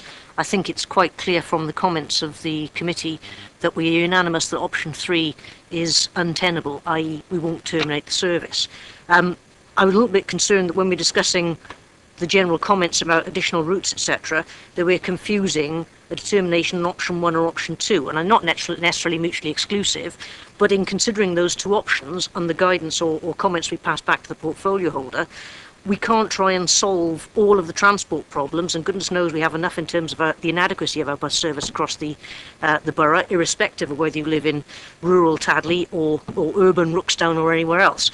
But we have to be clear in terms of what we want, and we for goodness sake cannot put at risk or break the thing that works simply because we want to pass comments back about other options and routes. And I, without wishing to be dismissive to the rest of the comments, I actually think that Councillor Parker's latest suggestion in terms of expansion route is probably the only one that's actually tenable within a 12-minute viable shuttle service that was set up as a commuter and town service. All the other suggestions really need to be looked at as part of a broader transport review to make sure that we actually ensure Stagecoach absolutely know how dissatisfied we are with the way they service our interest. The fact is they'll probably take absolutely no notice, but nonetheless, in part of our transport review, we have to look at other options, including community-based options, or indeed using some of our Invest to Grow to provide alternative bus services between communities, recognising that commercial operators, quite frankly, aren't interested in communities or transport between them. Nonetheless, brings back to the options, and I think I would tend to go for in broad terms, what I've heard as a sort of a preference for option 1, i.e. we are going to retender the service. I would like to see a couple of changes to that approach, whether we take option 1, which is retender the service, or option 2, which is retender plus think about a couple of routes. Firstly, just an observation. I'm sorry, I don't usually criticise our officer team, but it always worries me when I see anything that says, in order to achieve the ODU process, we have to create a contract extension. When are we actually going to get to the point where we're forward planning contracts and ODU processes? We don't actually have to have extensions. Sorry if I make that point, but time and again, we come to committees where we have to generate extensions to existing contractors simply to accommodate the procurement process. No, if we got the procurement process right, we wouldn't need to go down that route. So that's just my bugbear, so sorry, get that out of the way, move on. In terms of criteria A, retender on the current terms, in the third line there, I would like to see the award not on price, but actually on value. Given that we've just set a new procurement strategy, which includes the requirements of the Social Value Act 2013, it is 2013. I would like to see us actually looking at the whole life terms of our return on investment in terms of social value. This is a shuttle bus that we are deciding to subsidise because we see it delivers value to a community. We have a legal duty to look at return on social value. So can we move away from pure price criteria? Because I think that always looks at lowest, cheapest. Actually, let's look at something a bit more. Sorry, am I going across the floor? Sorry, I didn't mean to. Yeah.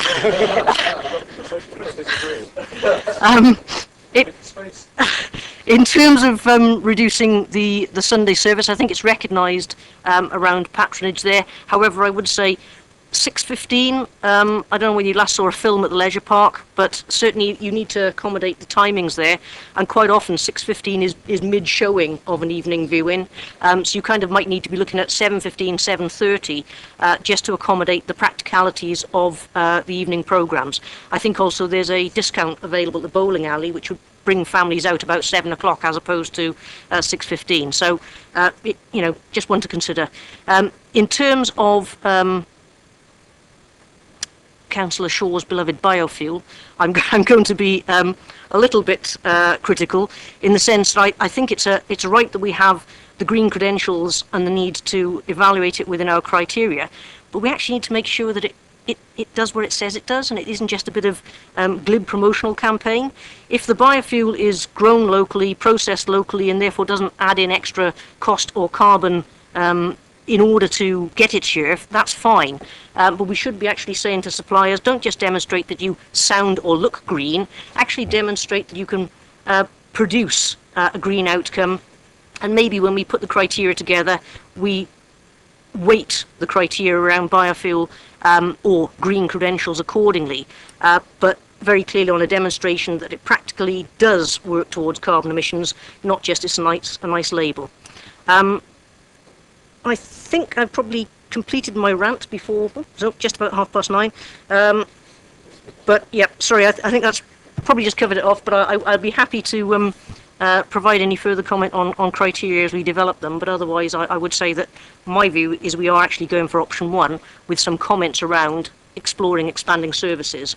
If we go down the route of option 2, we might just open a whole can of worms, which is actually more appropriate for a broader transport and public service transport review.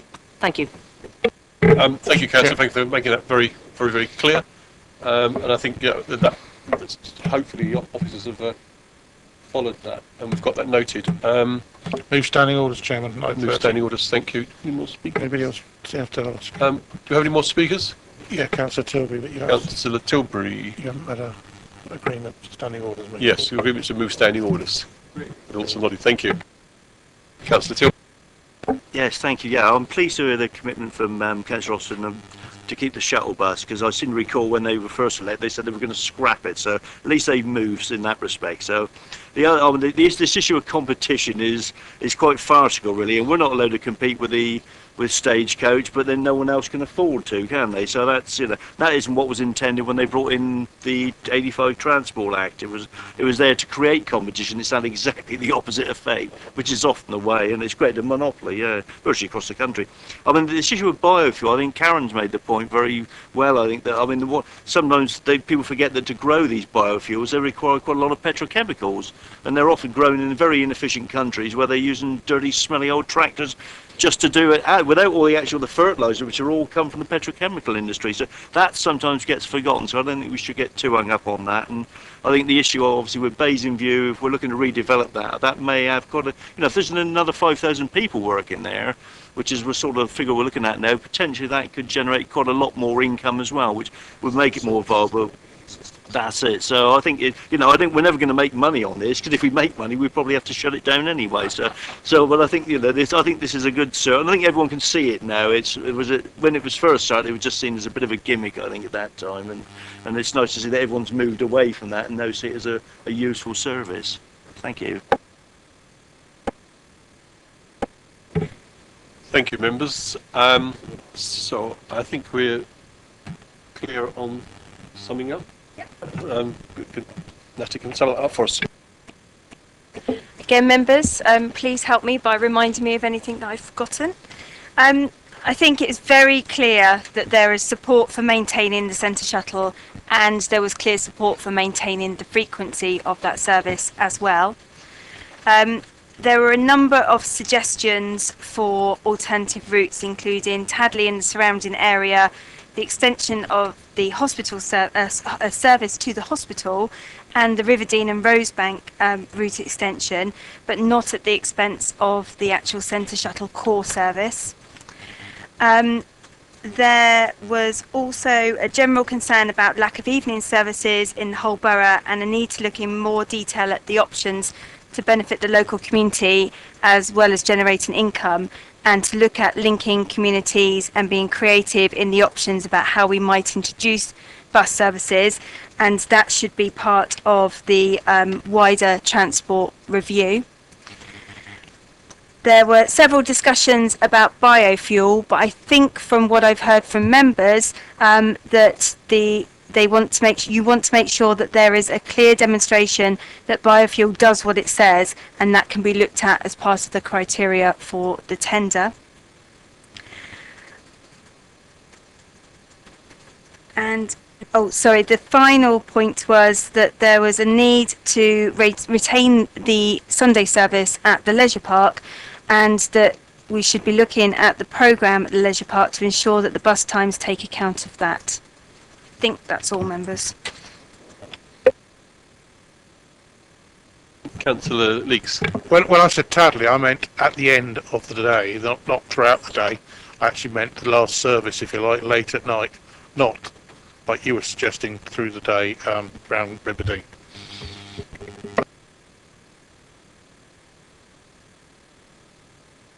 Thank you, Councillor. We must get our bus station in Borgus reopened. It's now offices. I think I was being spoken to there, Chair. And I just wanted to qualify. I actually think there's quite a direct route to Tadley. I think my meandering around the countryside was in relation to Pamber, wherever else that was sort of like to the left and to the right. Right. Oh, right. Good. I'm pleased. You're pleased. Good. Thank you, members. So I think in summing up there for Natalie, she summed up very well. In general, we support option one with those comments that we've listed there. Just that, when would officers report back? I have made a suggestion as to the possibility, and no doubt officers are going to have to look at potential viability fitting in with the timetable. When could we expect possibly some sort of report back in whether that is the case or not the case? I can help with that, Chair. Certainly there's a paper coming to this committee in July, kind of with my other hat on, in terms of the strategic needs assessment that's come out of the work we've done and the evidence based on needs of residents. It's not a big surprise to hear that there is an element of public transport. We were reporting more of that in there, but there is a golden thread that is consistent with some of the messages we're taking from you today.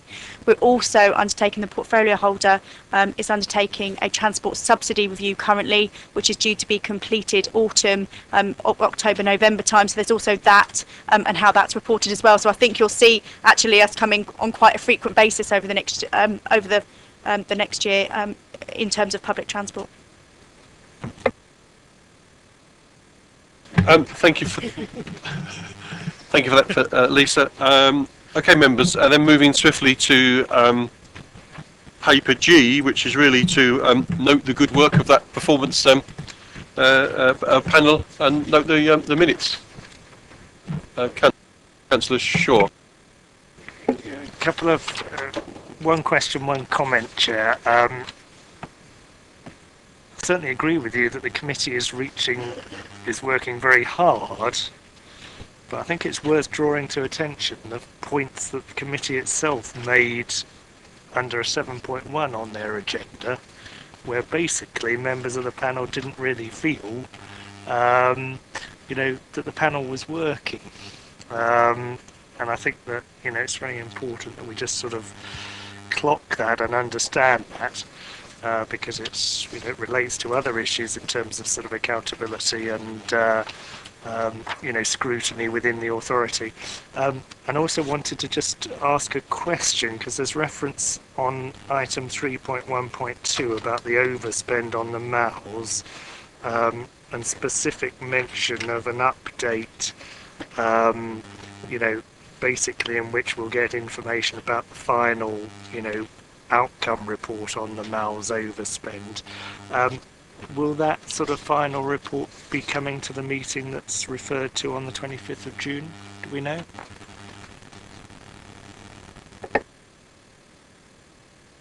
We don't know the answer to that.